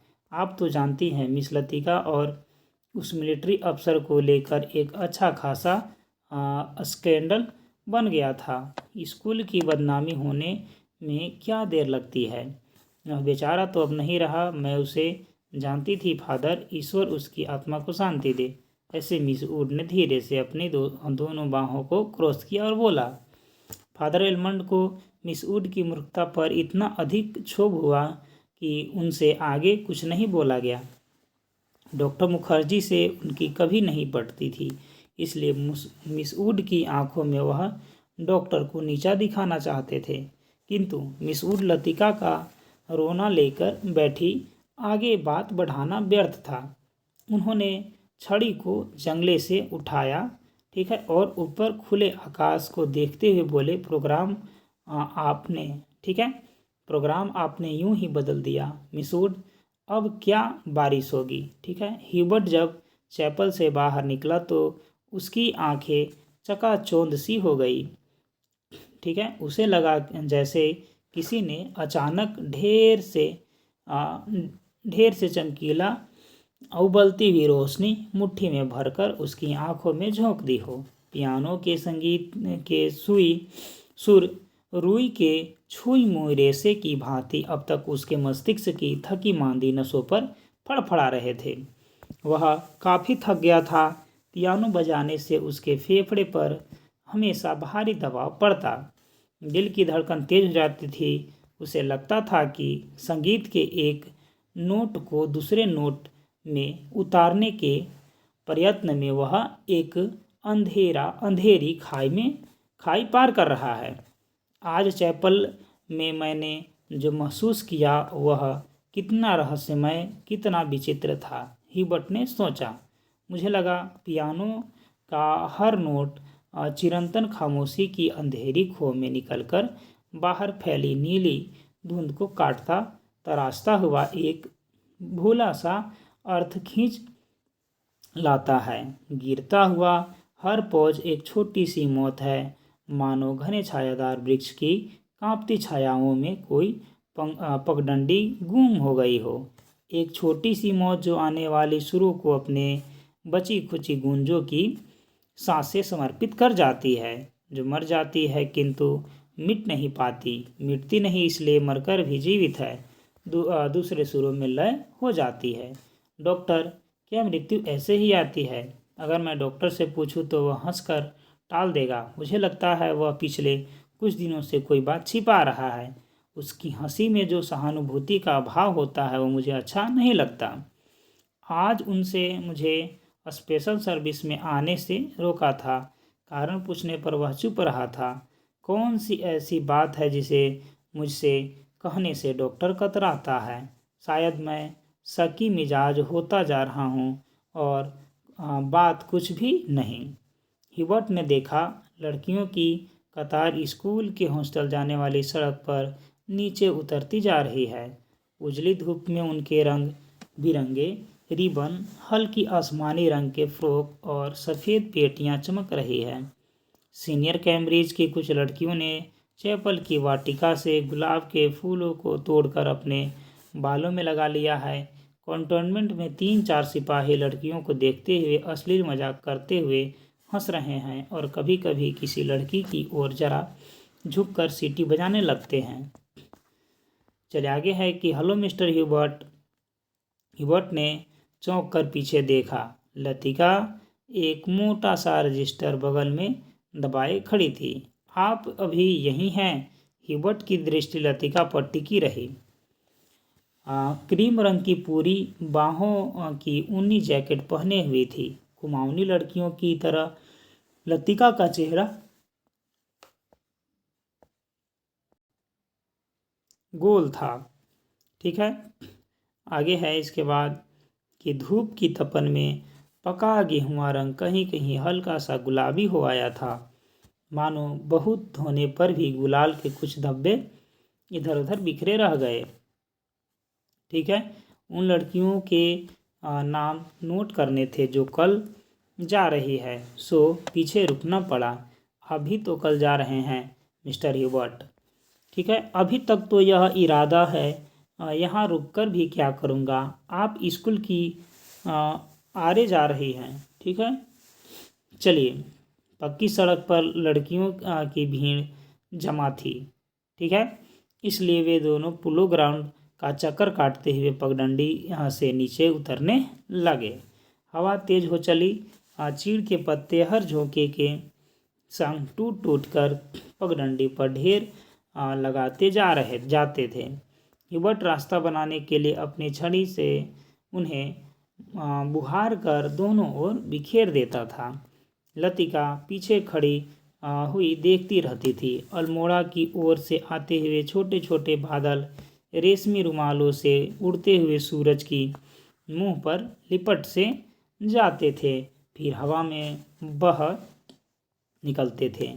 इस खेल में धूप कभी मंद फीकी सी पड़ जाती थी, कभी अपना उजाला आंचल खोलकर समूचे शहर को अपने में समेट लेती थी। लतिका तनिक आगे निकल गई। हिबर्ट की सांस चढ़ गई थी। वह धीरे धीरे हाँफता हुआ पीछे आ रहा था। जब वे पोलो ग्राउंड के पवेलियन को छोड़कर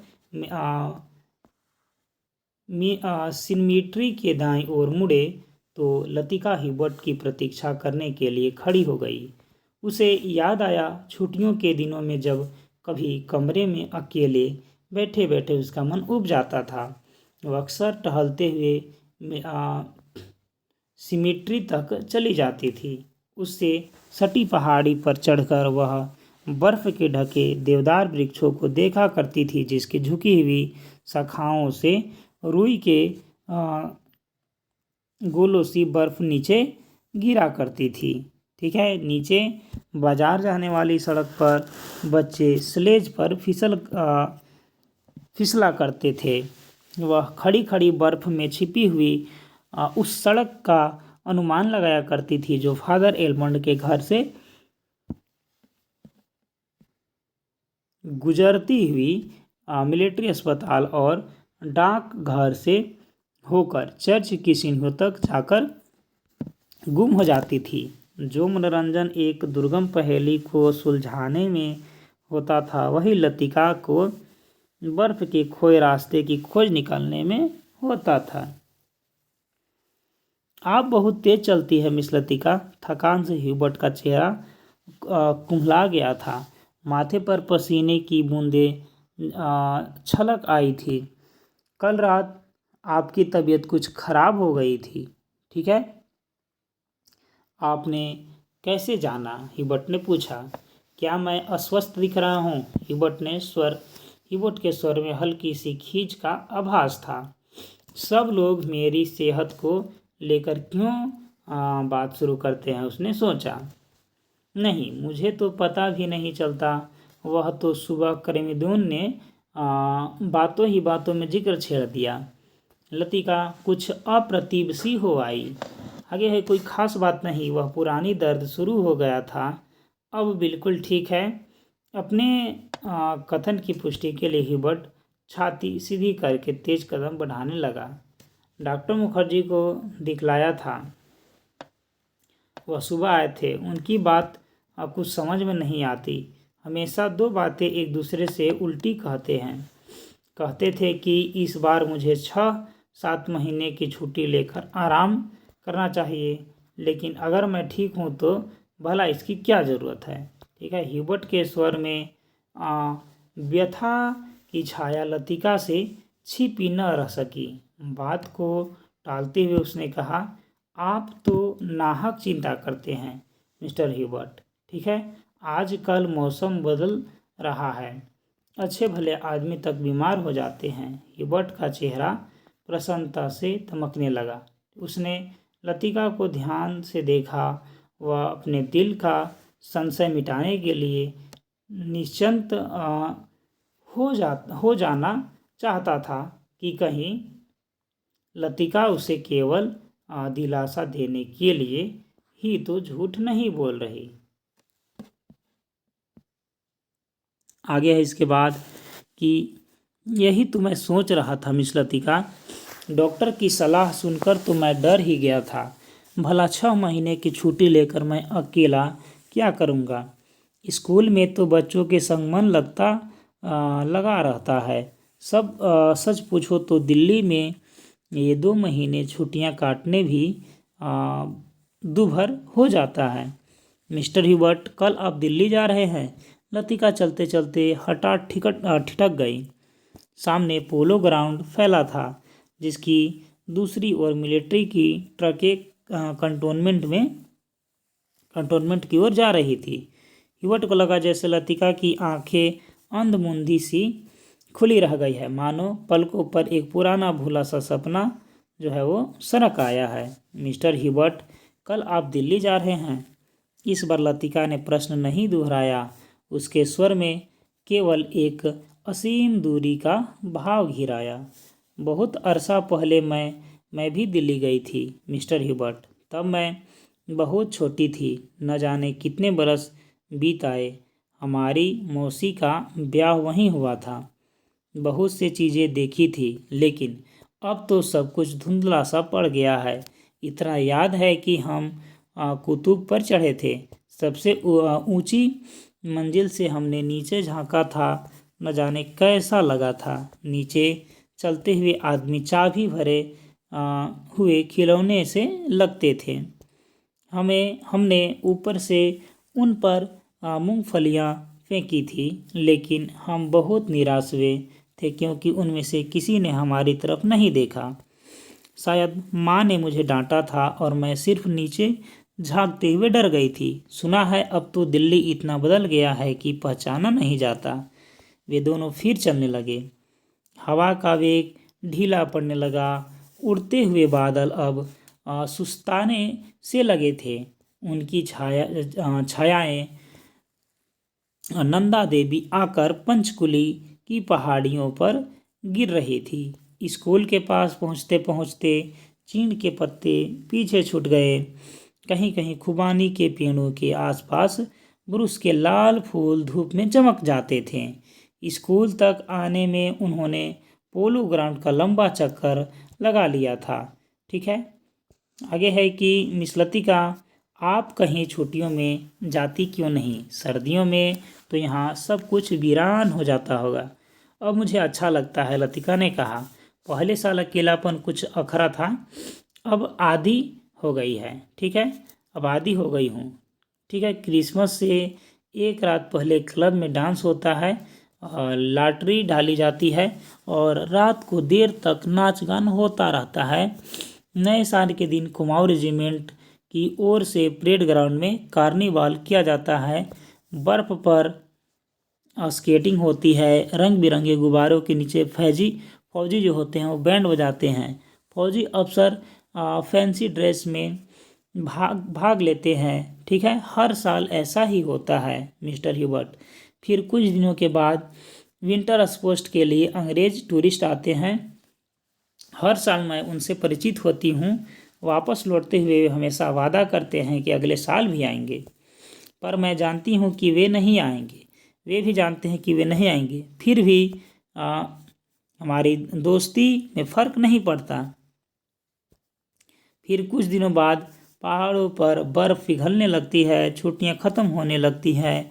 आप सब लोग अपने घरों से वापस लौट आते हैं और मिस्टर ह्यूबर्ट पता भी नहीं चलता कि छुट्टियां कब शुरू हुई थी और कब ख़त्म हो गई। चलिए आगे देखिए। लतिका ने देखा कि ह्यूबर्ट उसकी ओर आतंकित भयाकुल दृष्टि से देख रहा है। वह सिटपिटा कर चुप हो गई। उसे लगा मानो वह इतनी देर से पागलों सी अनर्गल प्रलाप कर रही हो। मुझे माफ़ करना मिस्टर ह्यूबर्ट, कभी कभी मैं बच्चों की तरफ बातों में बहक जाती हूँ। मिस लतिका, ह्यूबर्ट ने धीरे से कहा। वह चलते चलते रुक गया था। लतिका ह्यूबर्ट के भारी स्वर से चौंक गई। क्या बात है कि मिस्टर ह्यूबर्ट, वह पत्र उसने लिए मैं लज्जित हूँ। ठीक है, ऐसे बोला। उसे आप वापस लौटा दे। समझ लें मैंने उसे कभी नहीं लिखा था। लतिका कुछ समझ न सकी। दृढ़व्रत सी खड़ी हुई ह्यूबर्ट के पीले उद्विग्न चेहरे को देखती रही। ह्यूबर्ट ने धीरे से लतिका के कंधे पर हाथ रख दिया। ठीक है, कल डॉक्टर ने मुझे सब कुछ बता दिया। अगर मुझे पहले से मालूम होता तो ह्यूबर्ट हकलाने लगा। मिस्टर ह्यूबर्ट, लतिका से आगे कुछ भी नहीं कहा गया। उसका चेहरा सफ़ेद हो गया था। दोनों चुपचाप कुछ देर तक स्कूल के गेट के बाहर खड़े रहे। मिडोज पगडंडियों, पत्ते, छायाओं से घिरा छोटा सा द्वीप मानो कोई घोंसला दो हरी घाटियों के बीच आ दबा हो। भीतर घुसते ही पिकने के काले आग से झुलसे हुए पत्थर और अजली टहनियाँ, बैठने के लिए बिछाए गए पुराने अखबारों के टुकड़े इधर उधर बिखरे हुए दिखाई दे जाते हैं। अक्सर टूरिस्ट पिकनिक के लिए यहाँ आते हैं। मिडोज के बीच में काटता हुआ टेढ़ा मेढ़ा बरसाती नाला बहती है, जो दूर से धूप में चमकता हुआ सफ़ेद रिबन सा दिखाई देता है। यहीं पर काठ के तख्ते का बना हुआ टूटा सा पुल है, जिस पर लड़कियां हिचकोले खाते हुए चल रही है। डॉक्टर मुखर्जी, आप तो सारा जंगल जला देंगे। मिस वुड ने अपनी ऊंची एड़ी के सैंडल से जलती हुई दिया सलाई को दबा दिया। सिगार सुगलाकर चीड़ के पत्तों के ढेर पर फेंक दी थी उन्होंने। वे नाले से कुछ दूर हटकर चीड़ के दो पेड़ों से गुथी हुई छाया के नीचे बैठे थे। उनके सामने से एक छोटा सा रास्ता नीचे पहाड़ी गांव की ओर जाता था, जहाँ पहाड़ की गोद में शकरपारों की खेत एक दूसरे के नीचे बिछे हुए थे। सॉरी। दोपहर के सन्नाटे में भेड़ बकरियों के गले में बंधी हुई घंटियां का स्वर हवा में बहता हुआ सुनाई दे जाता था। घास पर लेटे लेटे डॉक्टर सिगार पीते रहे। जंगल की आग कभी देखी है मिस वुड? ठीक है, अलमस्त नशे की तरह धीरे धीरे फैलती जाती है। आपने कभी देखा है डॉक्टर? मिस वुड ने पूछा। मुझे तो बड़ा डर लगता है। बहुत साल पहले शहरों को जलाते हुए देखा था। डॉक्टर लेटे हुए आकाश की तरफ ताक रहे थे। ठीक है, एक एक मकान ताश के पत्तों की तरह गिरता जाता है। ठीक है, दुर्भाग्यवश ऐसे अवसर देखने में बहुत कम आते हैं। आपने कहाँ देखा डॉक्टर?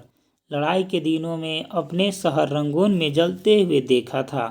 इस वुड की आवाज़ को ठेस लगी, किंतु फिर भी उनकी उत्सुकता जो है वो शांत नहीं हुई। आपका घर, क्या वह भी जल गया था?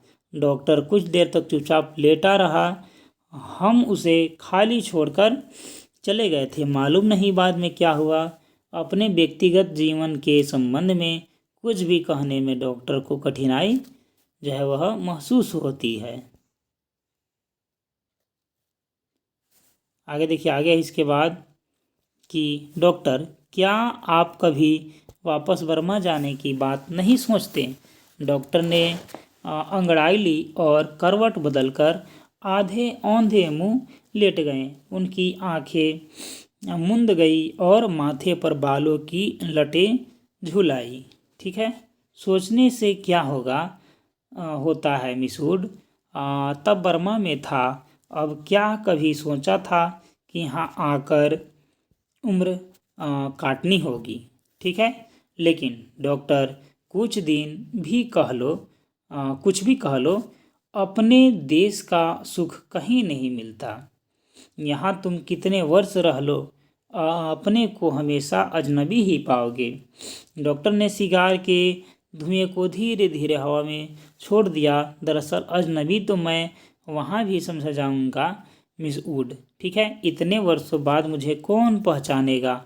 इस उम्र में नए सिरे से रिश्ते जोड़ना काफ़ी सिरदर्द का काम है। ठीक है, कम से कम मेरे बस की बात जो है वो नहीं है। लेकिन डॉक्टर, आप कब तक इन पहाड़ी कस्बे में पड़े रहेंगे? इसी देश में रहना है तो किसी बड़े शहर में प्रैक्टिस शुरू कीजिए।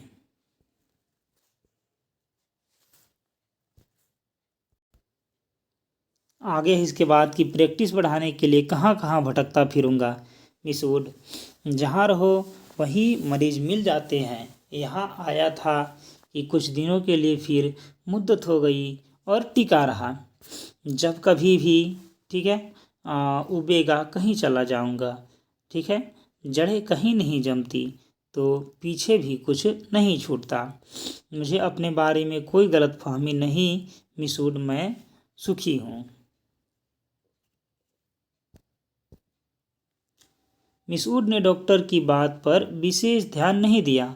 दिल में वह हमेशा डॉक्टर को उच्छृंखल, लापरवाह और सनकी समझती रही, किंतु डॉक्टर के चरित्र में उसका विश्वास न जाने क्योंकि डॉक्टर ने जाने अनजाने में उसका कोई प्रमाण दिया हो, यह उन्हें याद नहीं पड़ता। मिस वुड ने एक डंडी सांस भरी और वह हमेशा सोचती थी कि यदि डॉक्टर इतना आलसी और लापरवाह नहीं न होता, अपनी योग्यता के बल पर काफ़ी चमक सकता था। इसलिए उन्हें डॉक्टर पर क्रोध भी आता था और दुख भी होता था।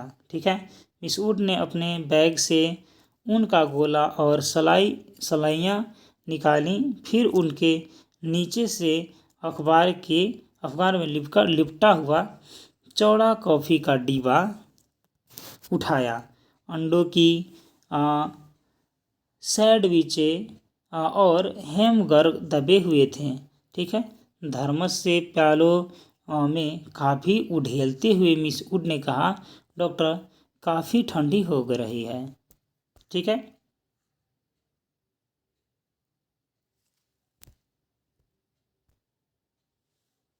डॉक्टर लेटे लेटे बुड़बुड़ाया। मिस वुड ने नीचे झुककर देखा। वह कोहनी पर सिर टिकाए सो रहा था। ऊपर का होंठ जरा सा फूल कर मुड़ गया था, मानो किसी से मजाक करने से पहले मुस्कुरा रहा हो। ठीक है, आगे देखिए। आगे है इसके बाद की, उसकी अंगुलियों में दबा हुआ सिगार नीचे झुका हुआ लटक रहा था। मेरी मेरी, व्हाट डू यू वांट। दूसरे स्टैंड में पढ़ने वाली मेरी ने अपने चंचल चपल आंखें ऊपर उठाई। लड़कियों का दायरा उसे घेरे हुए कभी पास आता था, कभी दूर खींचता चला जाता था। I want blue. ठीक है, दोनों हाथों को हवा में घुमाते हुए मेरी चिल्लाई। दायरा पानी की तरह टूट गया। ठीक है, सब लड़कियां एक दूसरे पर गिरती पड़ती किसी नीली वस्तु को छूने के लिए भाग दौड़ करने लगी। लंच समाप्त हो चुका था। लड़कियां के छोटे छोटे दल मिडोज के में बिखर गए थे। ऊंचे क्लास की लड़कियां चाय का पानी गर्म करने के लिए पेड़ों पर चढ़कर सूखी टहनियाँ तोड़ रही थी। दोपहर की उस घड़ी में मिडोज अलसाया और उगता सा जान पड़ता था। हवा का कोई भूला भटका झोंका, चीड़ के पत्तों के खड़खड़ाहट उठते थे। कभी कोई पक्षी अपनी सुस्ती मिटाने झाड़ियों से उड़कर नाले के किनारे बैठ जाता था, पानी में सिर डुबोता था, फिर उबकर हवा में दो चार निरुद्ध देश से चक्कर काटकर दोबारा झाड़ियों में दुबक जाता था।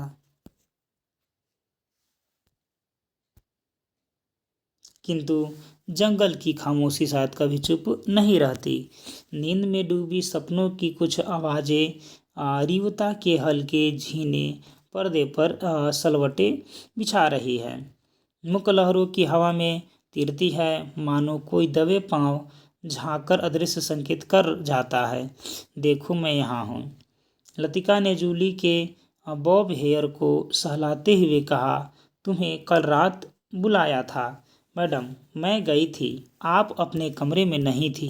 लतिका को याद आया कि कल रात वह डॉक्टर के कमरे में टेरेस पर देर तक बैठी थी और भीतर ह्यूबर्ट पियानो पर सोंपा का नेक्टर्न बजा रहा था।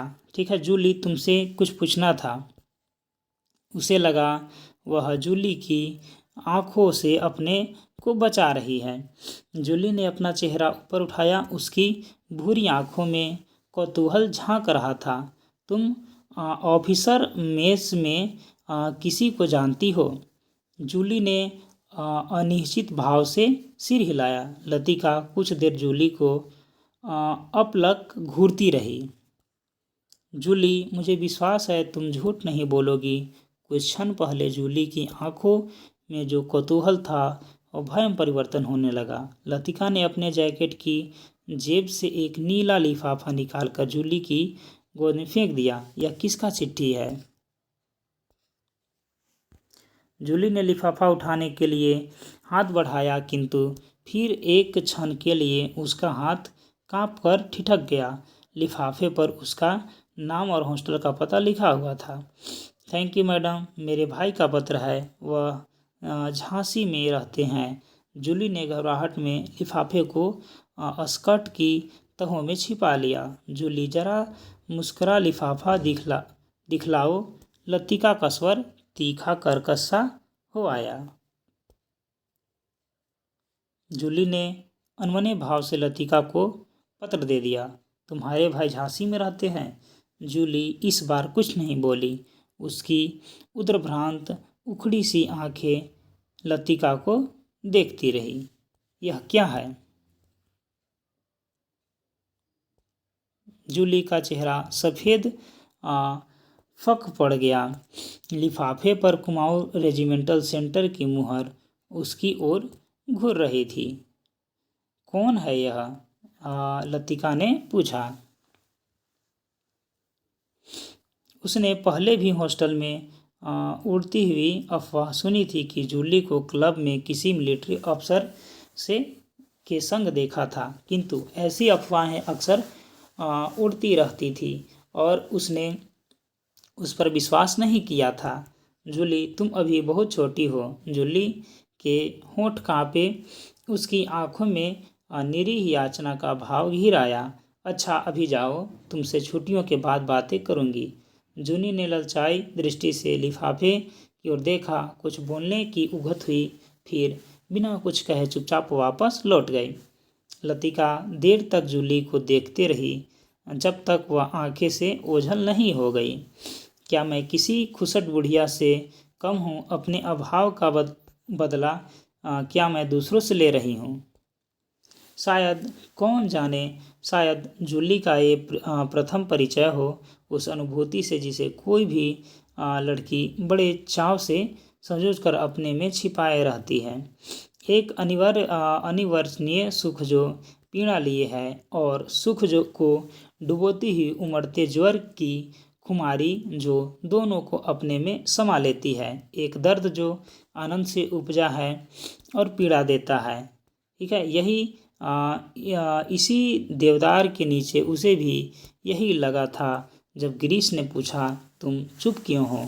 वह आंखें मुंद सोच रही थी, सोच कहा रही थी, जी रही थी उस क्षण जो भय और विस्मय के बीच भिंचा था। बहका सा पागल क्षण। वह अपने पीछे मुड़ेगी तो गिरीश की मुस्कुराहट दिखाई दे जाएगी। उस दिन से आज दोपहर तक अतीत का एक दुस्वप्न की मानी टूट जाएगी। वह देवदार है जिस पर उसने अपने क्लिप से गिरीश का नाम लिखा था। पेड़ की छाल उतारती नहीं थी, क्लिप टूट टूट जाता था, तब गिरीश ने अपने नाम के नीचे उसका नाम लिखा था। जब कभी कोई अक्षर बिगड़ कर टेढ़ा मेढ़ा हो जाता था तब वह हंसती थी और गिरीश का कांपता हाथ और भी कांप जाता था। लतिका को लगा कि वह जो याद करती है वह भूलना भी चाहती है, लेकिन जब सचमुच भूलने लगती है, जब उसे भय लगता है जैसे कोई उसकी किसी चीज़ को उसके हाथों से छीन लिए जा रहा है, ऐसे कुछ जो सदा के लिए खो जाएगा। बचपन में जब कभी वह अपने किसी खिलौने को खो देती थी तो वह गुमसुम सी होकर सोचा करती थी, कहाँ रख दिया मैंने। जब बहुत दौड़ धूप करने पर खिलौना मिल जाता था तो वह बहाना करती थी कि अभी उसे खोज ही रही है, कि वह अभी मिला नहीं। जिस समय पर खिलौना जिस स्थान पर खिलौना रखा होता, जानबूझकर उसे छोड़कर घर के दूसरे कोने में उसे खोजने का उपक्रम करती।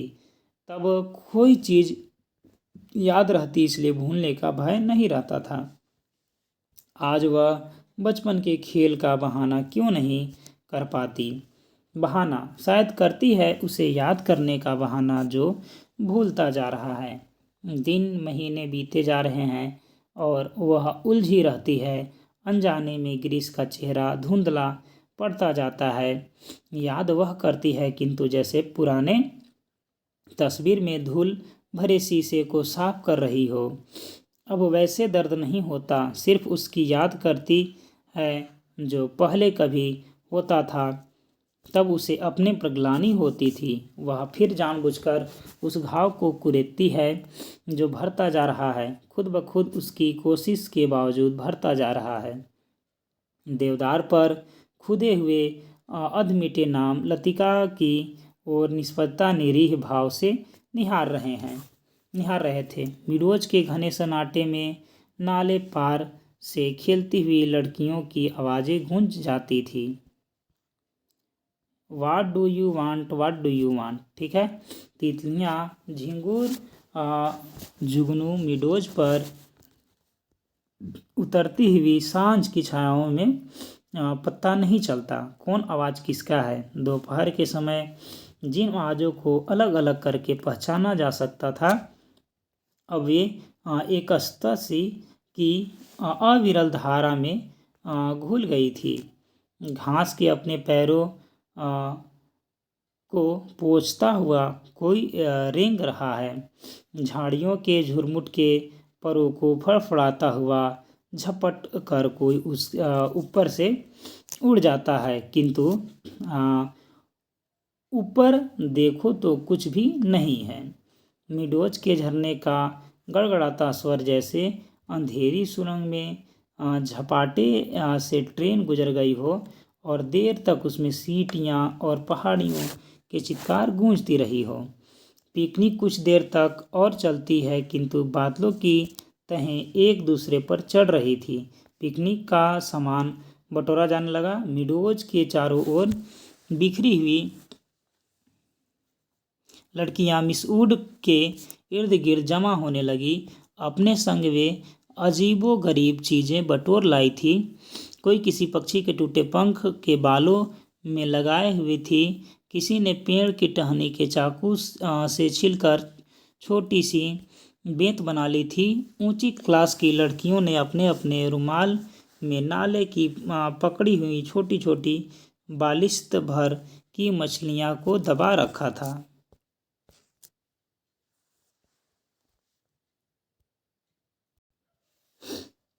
जिन्हें मिस वुड से छिपाकर वे एक दूसरे को दिखा रही थी। मिस वुड लड़कियों की टोली के संग आगे निकल गई। मिडोज से पक्की सड़क तक 3-4 फरलों की चढ़ाई थी। लतिका हाँफने लगी। डॉक्टर मुखर्जी सबसे पीछे आ रहे थे। लतिका के पास पहुंचकर वह ठिठर गए। डॉक्टर ने दोनों घुटनों को जमीन पर ठीकते हुए सिर झुकाकर एलिजाबेथ यूगिन अंग्रेजी में कहा, मैडम, आप इतनी परेशान क्यों नजर आ रही है? और डॉक्टर की नाटकीय मुद्रा को देखकर लतिका के होठों पर एक थकी सी ढीली ढीली मुस्कुराहट बिखर गई।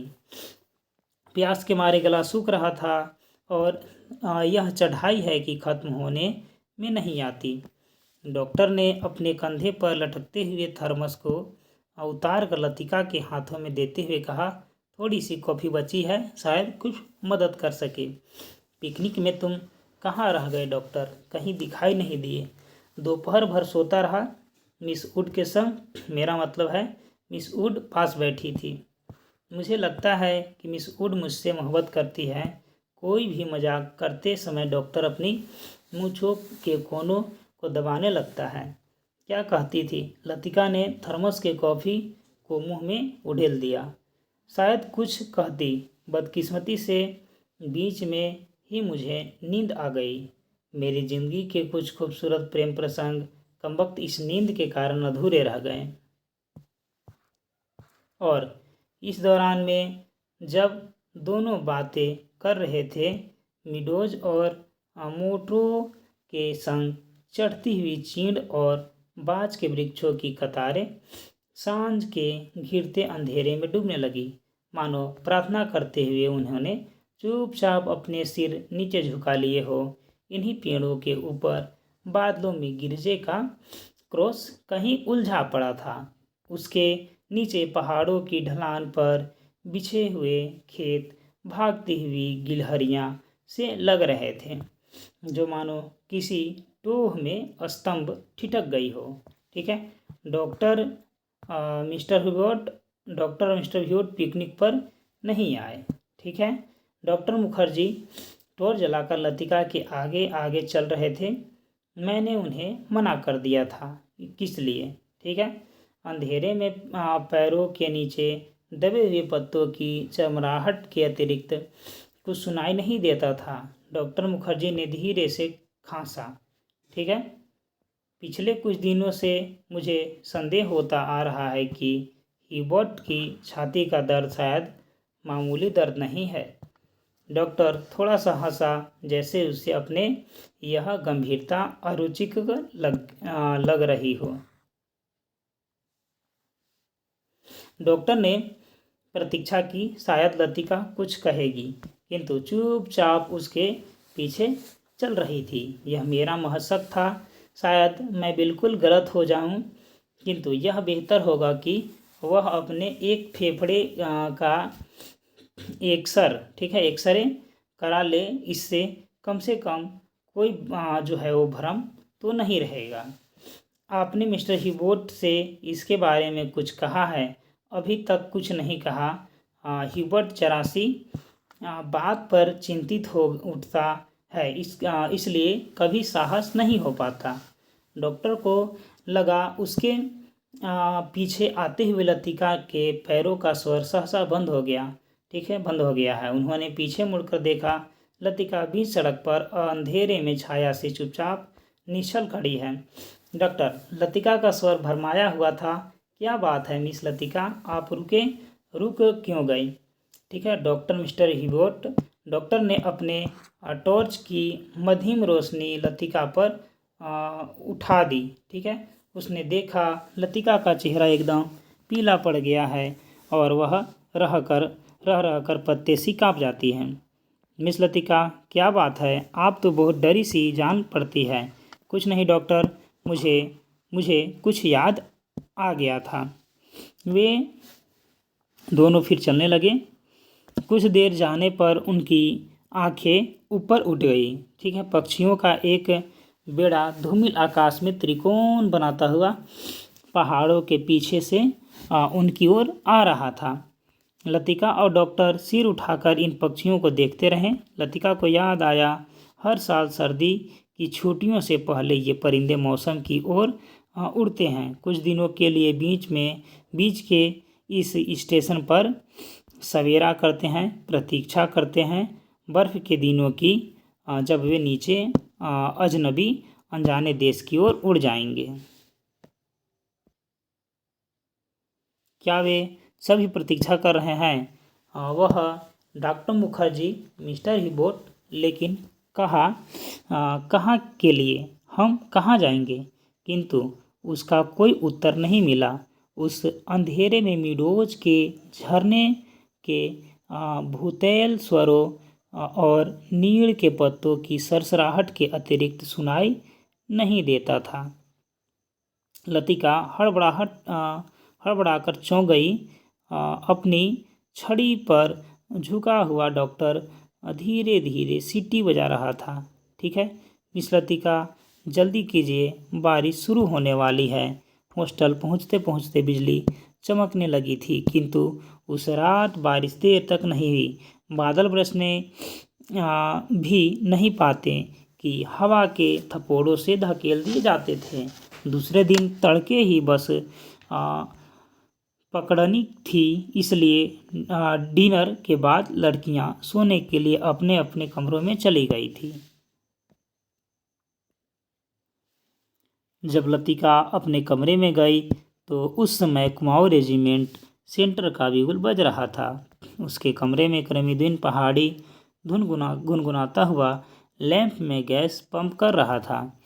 लतिका उन्हीं कपड़ों में तकिए को दुहरा करके लेट गई। क्रमीदून ने उड़ती हुई निगाह से लतिका को देखा, फिर अपने काम में जुट गया। पिकनिक कैसी रही मैम साहब? तुम क्यों नहीं आए? सब लड़कियां तुम्हें पूछ रही थी। लतिका को लगा दिन भर की थकान धीरे धीरे उसके शरीर की पसलियों पर चिपटती जा रही है। अनायास उसके आंखें नींद के बोझ से झपकने लगे। मैं चलता हूँ तो हिबोट साहब की तीमारदारी कौन करता? दिन भर उनके बिस्तर से सटा हुआ बैठा रहा और अब वह गायब हो गए हैं। क्रमीदून ने कंधे पर लटकते हुए मैले कुचैले तौलियों को उतारा और लैंप के शीशे की गर्द पोंछने लगा। लतिका की अंधमुंदी आंखों खुल गई। क्या हिबोट साहब अपने कमरे में नहीं है? खुदा जाने इस हालत में कहाँ भटक रहे हैं। पानी गर्म करके कुछ देर के लिए बाहर गया था। वापस आने पर देखता हूँ कि कमरा खाली पड़ा है। क्रमीदून बड़बड़ाता हुआ बाहर चला गया। लतिका ने लेटे लेटे पलंग के नीचे चप्पलों को पैरों से उतार दिया। ठीक है, हिबर्ट इतनी रात कहाँ गए? किंतु लतिका की आंखें फिर झपक गई। दिन भर की थकान से सब परेशानियों प्रश्नों पर कुंजी लगा दी थी। मानो दिन भर आँख मिचौली खेलते हुए उसने अपनी कमरे में दया को छू लिया था। अब वह सुरक्षित थी। कमरे की चारदीवारी के भीतर उसे कोई नहीं पकड़ सकता। दिन के उजाले में वह गायब थी, मुजरिम थी। हर चीज़ उससे तकाजा था। अब इस अकेलेपन में कोई गिला नहीं, ठीक है, उल्हाना नहीं। सब खींचातानी खत्म हो गई। जो अपना है वह बिल्कुल अपना सा हो गया। जो अपना नहीं है उसका खुद नहीं अपनाने की फुर्सत नहीं। लतिका ने दीवार की ओर मुंह घुमा लिया। लैंप के फीके आलोक में हवा में कांपते पर्दों की छायाएं हिल रही थी। बिजली कड़कने से खिड़कियों के शीशे चमक जाते थे। दरवाजे चटकने लगते थे, जैसे कोई बाहर से धीरे धीरे खटखटाता रहता हो।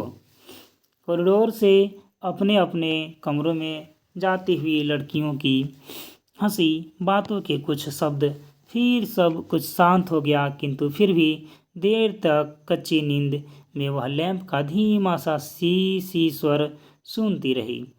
कब वह स्वर भी मैदान का भाग बनकर मुख हो गया, उसे पता न चला।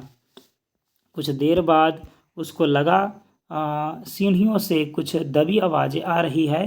बीच बीच में कोई चिल्ला उठता है और फिर सहसा आवाज़ें धीमी पड़ जाती है।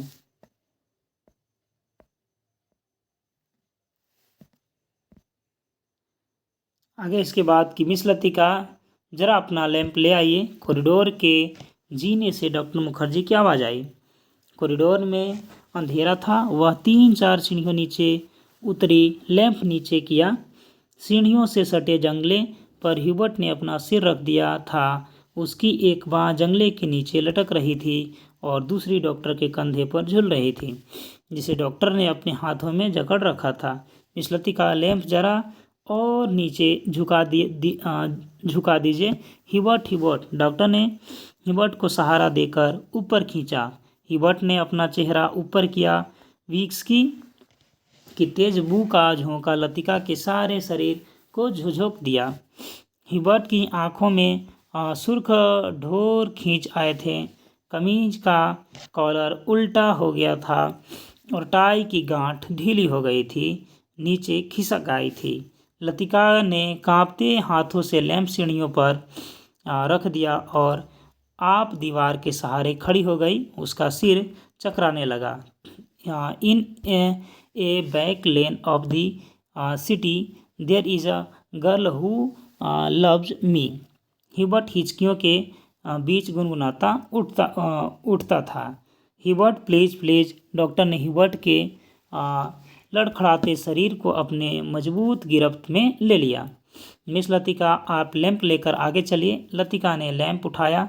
दीवार पर उन तीनों की छायाएं डगमगाने लगी। In a back lane of history there is the girl who loves me. Hubert doctor Mukherjee के कंधे पर सिर टिकाए अपनी सीढ़ियों पर उल्टे सीधे पैर रखकर चढ़ा रहे थे। डॉक्टर, हम कहाँ हैं? ह्यूबर्ट सहसा इतनी जोर से चिल्लाया कि उसकी लड़खड़ाती आवाज़ सुनसान अंधेरे में कॉरिडोर की छत से टकराकर देर तक हवा में गूंज रही थी। ह्यूबर्ट। डॉक्टर को एकदम ह्यूबर्ट पर गुस्सा आ गया। फिर उसने गुस्से पर ही उसे खींच सी हो गई और वह ह्यूबर्ट की पीठ थपथपाने लगा।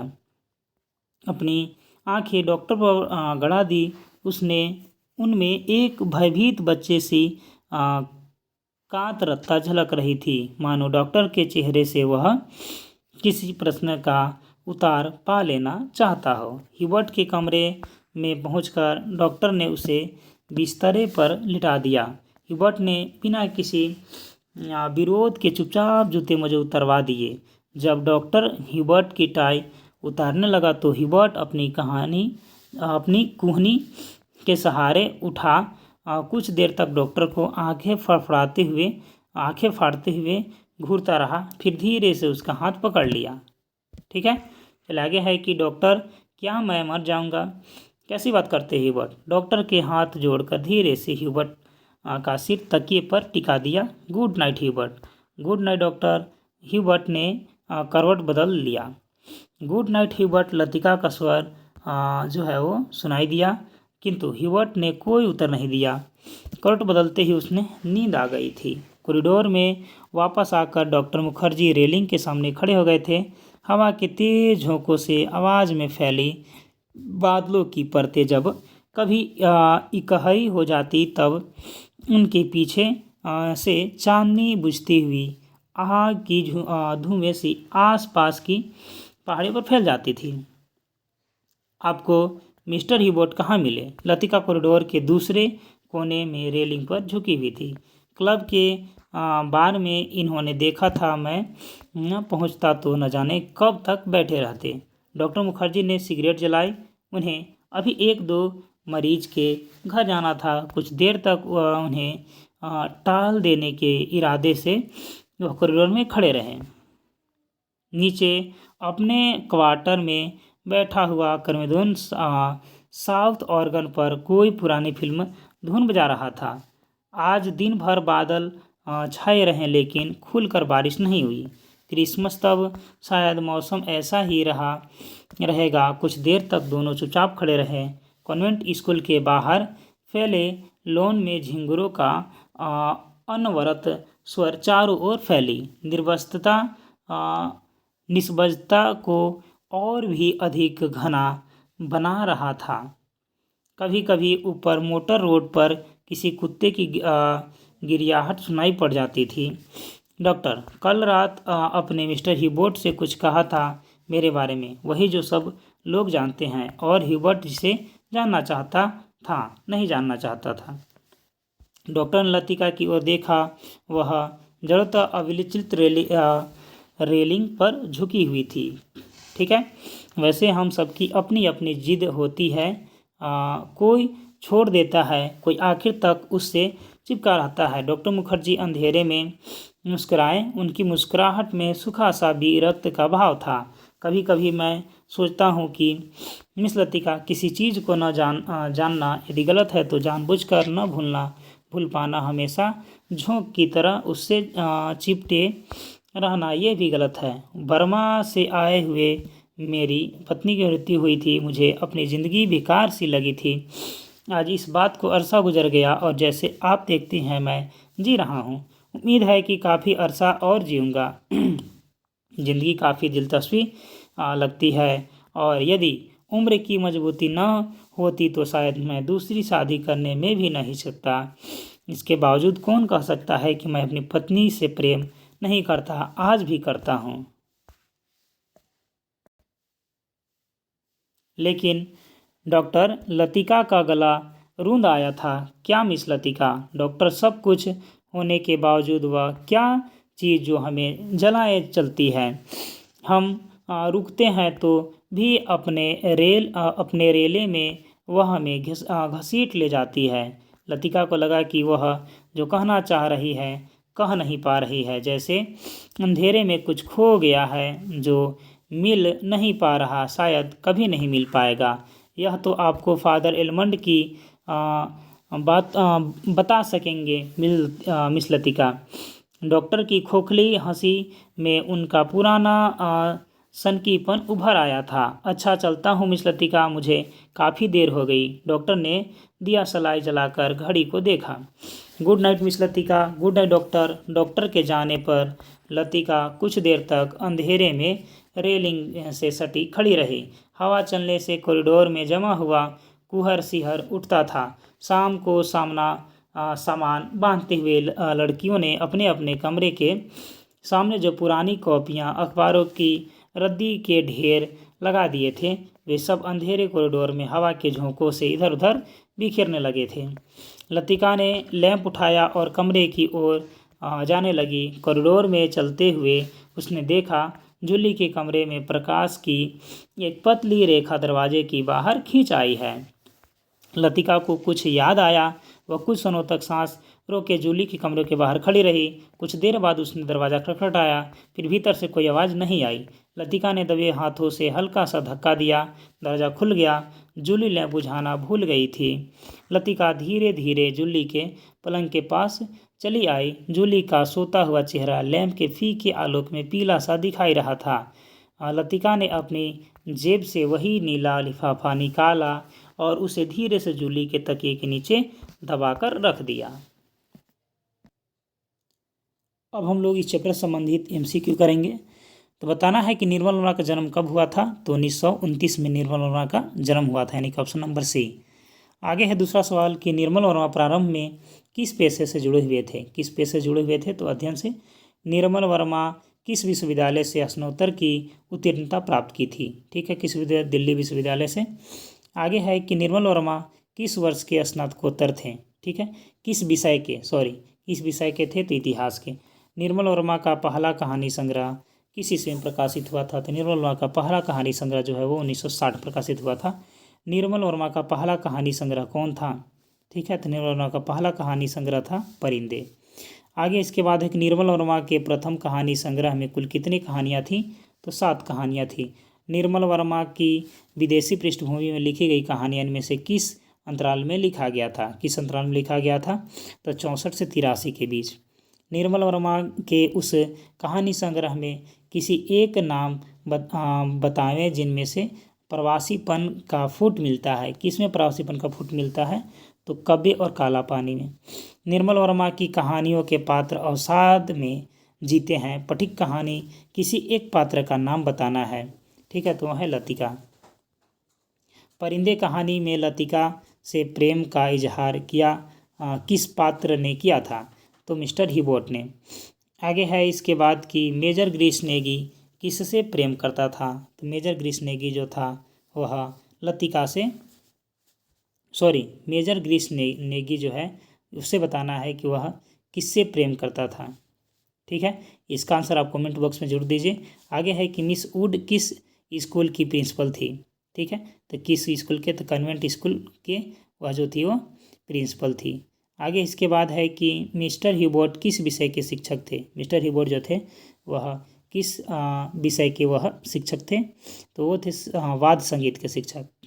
कहानी का शीर्षक किस आधार पर नामांकित जो है वह किया गया है। तो किस आधार पर किया गया है, तो कन्वेंट स्कूल की बच्चियों के नाम पर किया गया है। आगे है इसके बाद कि सब लड़कियां एक जैसी होती है, बेवकूफ़ और सेंटिमेंटल, यह जो है किसका कथन है। यह कथन जो है वो डॉक्टर मुखर्जी का है। कि चले आगे है कि एक अजनबी की हैसियत से पराई ज़मीन पर मर जाना काफ़ी खौफनाक है। यह किसने बोला था, यह बोला था यहाँ पास डॉक्टर, जो कि वर्मा का था। ठीक है, चलिए आगे है इसके बाद कि Jesus said 8 am the light of the world. ठीक है, he that followeth me shall not walk in darkness but shall have the life. यह किसकी आवाज़ थी। ठीक है, यह किसकी आवाज़ थी, तो एलमंड की आवाज़ थी। आगे है कि क्या पादरी लोग सफ़ेद चोगों के नीचे कुछ पहनते होंगे कि नहीं। ठीक है, ऐसे कौन सोचता था, तो बचपन में लतिका सोचती थी। आगे इसके बाद 20 नंबर का कि किसी चीज़ को न जानना यदि गलत है तो जानबूझकर न भूल पाना ये गलत है। किसका सोच था, तो ये जो था वो लतिका से डॉक्टर वर्मा का ये सोच था। आगे इसके बाद कि डॉक्टर सब कुछ होने के बावजूद वह क्या चीज़ है जो हमें चलाए चलती है। हम सकते हैं तो भी अपने रेले में वह हमें अपने घसीट ही लेता है। यह किसका जो है वो कथन है, किसका कथन है, तो लतिका का डॉक्टर वर्मा से। चलिए आगे इसके बाद है डॉक्टर मुखर्जी होना चाहिए, वर्मा नहीं। आगे देखिए अवसाद में कौन कौन जीने वाले हैं इस परिंदे कहानी में। अवसाद में कौन कौन, तो ये सभी हैं। आगे देखिए आगे इसके बाद कि परिंदे कहानी के लेखक कौन है। परिंदे कहानी के लेखक है निर्मल वर्मा। परिंदे कहानी का प्रमुख पात्र कौन है। परिंदे कहानी का जो प्रमुख पात्र है वो मिस लतिका है। ठीक है, चलिए आगे बढ़ते हैं। आगे है इसके बाद कि किसकी पत्नी की मृत्यु वर्मा से आते समय हो गया था, तो डॉक्टर मुखर्जी की। जो लड़का रेजिमेंट के अफसर से प्रेम करती थी और जिसके लिए प्रेम पत्र नीले लिफाफे में आया था उसका नाम क्या था? तो उसका नाम जूली था।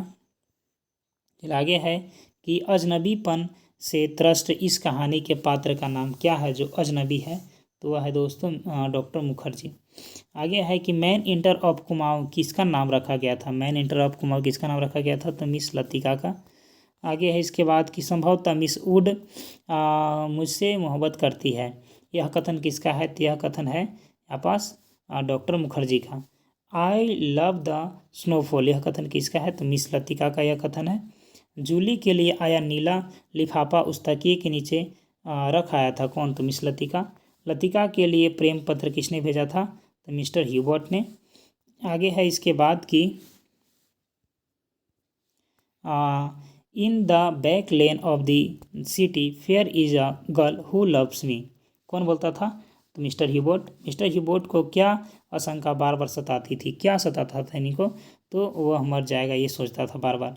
इनमें से परिंदे कहानी का मूल उद्देश्य क्या है? परिंदे कहानी का मूल उद्देश्य क्या है? तो जीवन के प्रति नया आस्था जगाना। परिंदे किसका प्रतीक है? परिंदे जो है वह किसका प्रतीक है?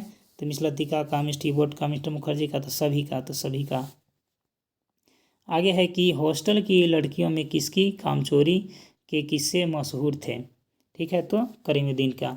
आगे है कि स्पेशल सर्विस में आने के लिए डॉक्टर मुखर्जी ने किसे मना किया था? किसको मना किया था? तो मिस्टर ह्यूबर्ट को। आगे है कि परिंदे कहानी में जिन स्कूल में लतिका अध्यापिका है उसका नाम क्या है? तो कॉन्वेंट स्कूल। ठीक है, चैपल कॉन्वेंट स्कूल।